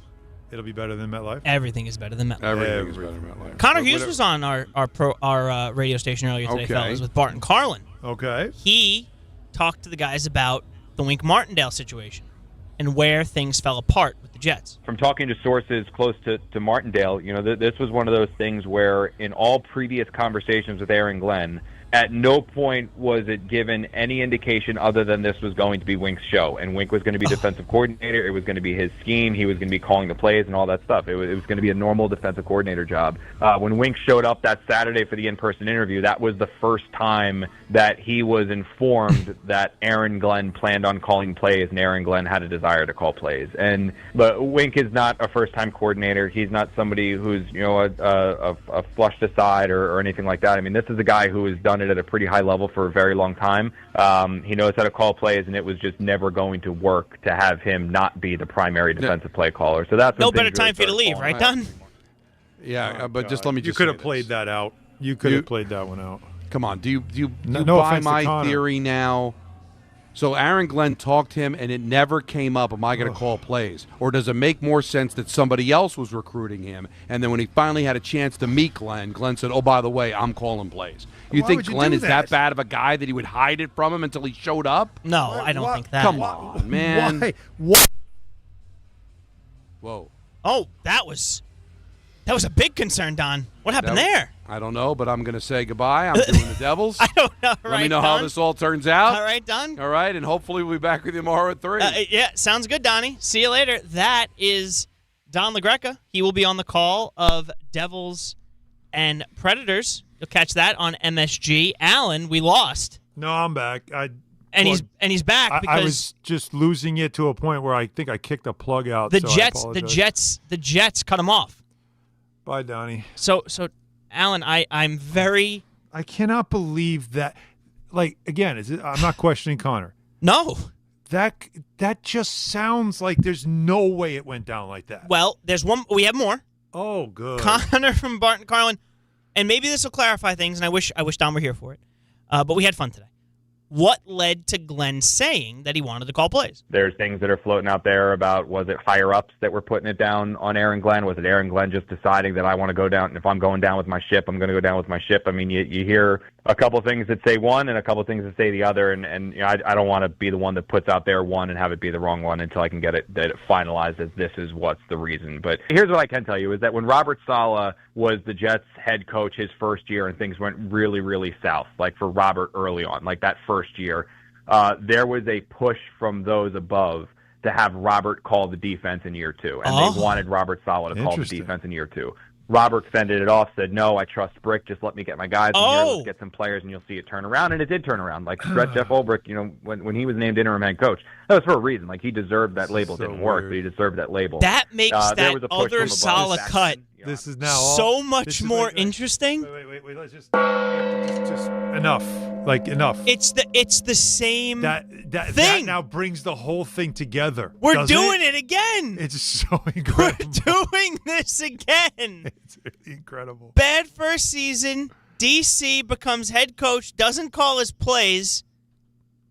We want you to call your plays. And let's be clear. He says no. How did that work out? So this time around, Woody, and we all know it's Woody, says to Glenn, you know, Robert regrets not calling plays. I think you need to do that. And now Glenn's like, all right, well, Wink. Can we get Don back? Can we delay the Devil game for like 2030? I want Don back. All right, footnote, we're playing this back tomorrow. We have to. It's like, not even – you don't even have to change. Now, granted, again, as Connor said, we don't know about the second part, about the Aaron Glenn part. Now, we know Glenn wants to call plays now, and we wondered what changed. The only thing we know for sure is Connor said there was a request from above when Saleh was the coach after a failed first season. You can't make this up, man. We would like it if you called plays, and Saleh said, I trust my guys, which honorable for him. Probably ended up costing him in the end, but Jeff Ulbricht's doing a fine job in Atlanta. That is all the more reason to say this has got to be coming from above. Because I don't think Aaron Glenn strings along Wink Martindale all the way to get him on a flight on a Saturday to New Jersey. That's why I in a blizzard. It doesn't make sense that it went down like that, but now that you see, look at you too. The way you set up ENN today. You have a gift. There's something up here. No, you. It's hollow, but there's something up here. You. This is really like. Oh man, we're bringing it back tomorrow. We'll bring it back for Donnie because he didn't hear this. There's so much more to this. He didn't hear it. All right, we'll get into more of this tomorrow. We still have a little bit of time at ENN. Let's get to a couple more stories here. All right. Mike Vrabel, we're starting to do the yo-yo everyday press conferences for the Seahawks and Patriots, where to the point by the Wednesday we're going to be like, what's your favorite color? But we did have something good from a former Bill Belichick player. You would think that Coach Vrabel has some things to say. Robert Kraft vehemently defended the fact that Bill should be a first ballot Hall of Famer. Tom Brady saying that Bill should be a first ballot Hall of Famer. Mike Vrabel, what are your thoughts on Bill not getting in? I'm sure Bill will get in. I can't, again, that's something that's well out of my control, and I know that the time here with Bill were 8 great years, and the teammates and everybody else that we had, and I'm sure that Bill will get into Canton. The role of Bill Belichick being played by Mike Vrabel. No emotion at all? No. I'm sure Bill will get in. Well, no one thinks he's not getting in. Well, the question was, why didn't he get in now? Yeah, it's out of my realm right now. I've got a game to prepare for. It would have been better if he said that. It's on to Santa Clara. It's just weird. No, but what's he going to do at that point? Do you really think Bill it's should on be a his first radar? ballot Hall of Famer. Yeah, well, he said that. But I get this though. It's probably not on his radar. I guess that's all, and he's just leaving it there. I guess. Like, yeah, he's a Hall of whatever. I gotta, guys. I'm trying to win Super Bowl here. It was a little weird. I thought it was a little weird. Yeah, boy, that. I'm sorry. I'm still reeling. I'm still what you did there is diabolical, and I love it. Oh, good stuff. Play for tomorrow. Saleh first, and then play. Peter doesn't even know what's coming. Oh yeah. Oh no, we're opening with this. I don't care if Giannis gets traded tonight. No, I don't know about that. I don't know. We're about still. That. I'll give you if Panarin gets traded, we're leading with the Connor Hughes stuff. How about that? If Panarin gets traded to the Islanders, we're leading with that. I heard that the third team that the Knicks are trying to get in is the Rangers. Yes. And somehow Panarin is going to be a Milwaukee Buck for a couple of games. And somehow Giannis will play goalie for the Rangers. Yeah. I don't know how because apparently that is not as strenuous on the calf. Obviously a lie. Anyway. Don't tell Giannis he can't play goalie. Speaking of injured stars, Alan, I wonder how you feel about this. What? Jason Tatum told ESPN last night he hasn't made a decision about whether or not he's going to return from his torn Achilles tendon this season because he wants to, quote, wants to get it right the first time, so it's just a lot to think about. You said yes, he does. What do you think, Alan? Well, you tell me what I've said all along about this story, which started... It's always kind of been pie in the sky that this was going to happen. I get it. It's you want to always have optimism, and every time, like the first time they showed him shooting a basketball standing, they're like, "It's only 6 weeks in surgery." It's like, yeah, we know. It's the same thing. Remember when Aaron Rodgers tried to, try to make this case that he was going to come back faster than anybody else? We all want to do this because we all need the why, and I think Tatum needed a why. You know, like this, it's not easy. You're away from your team for a whole year. You set this silly goal of coming back sooner than you think or within a year. We all know the playoffs are a different animal.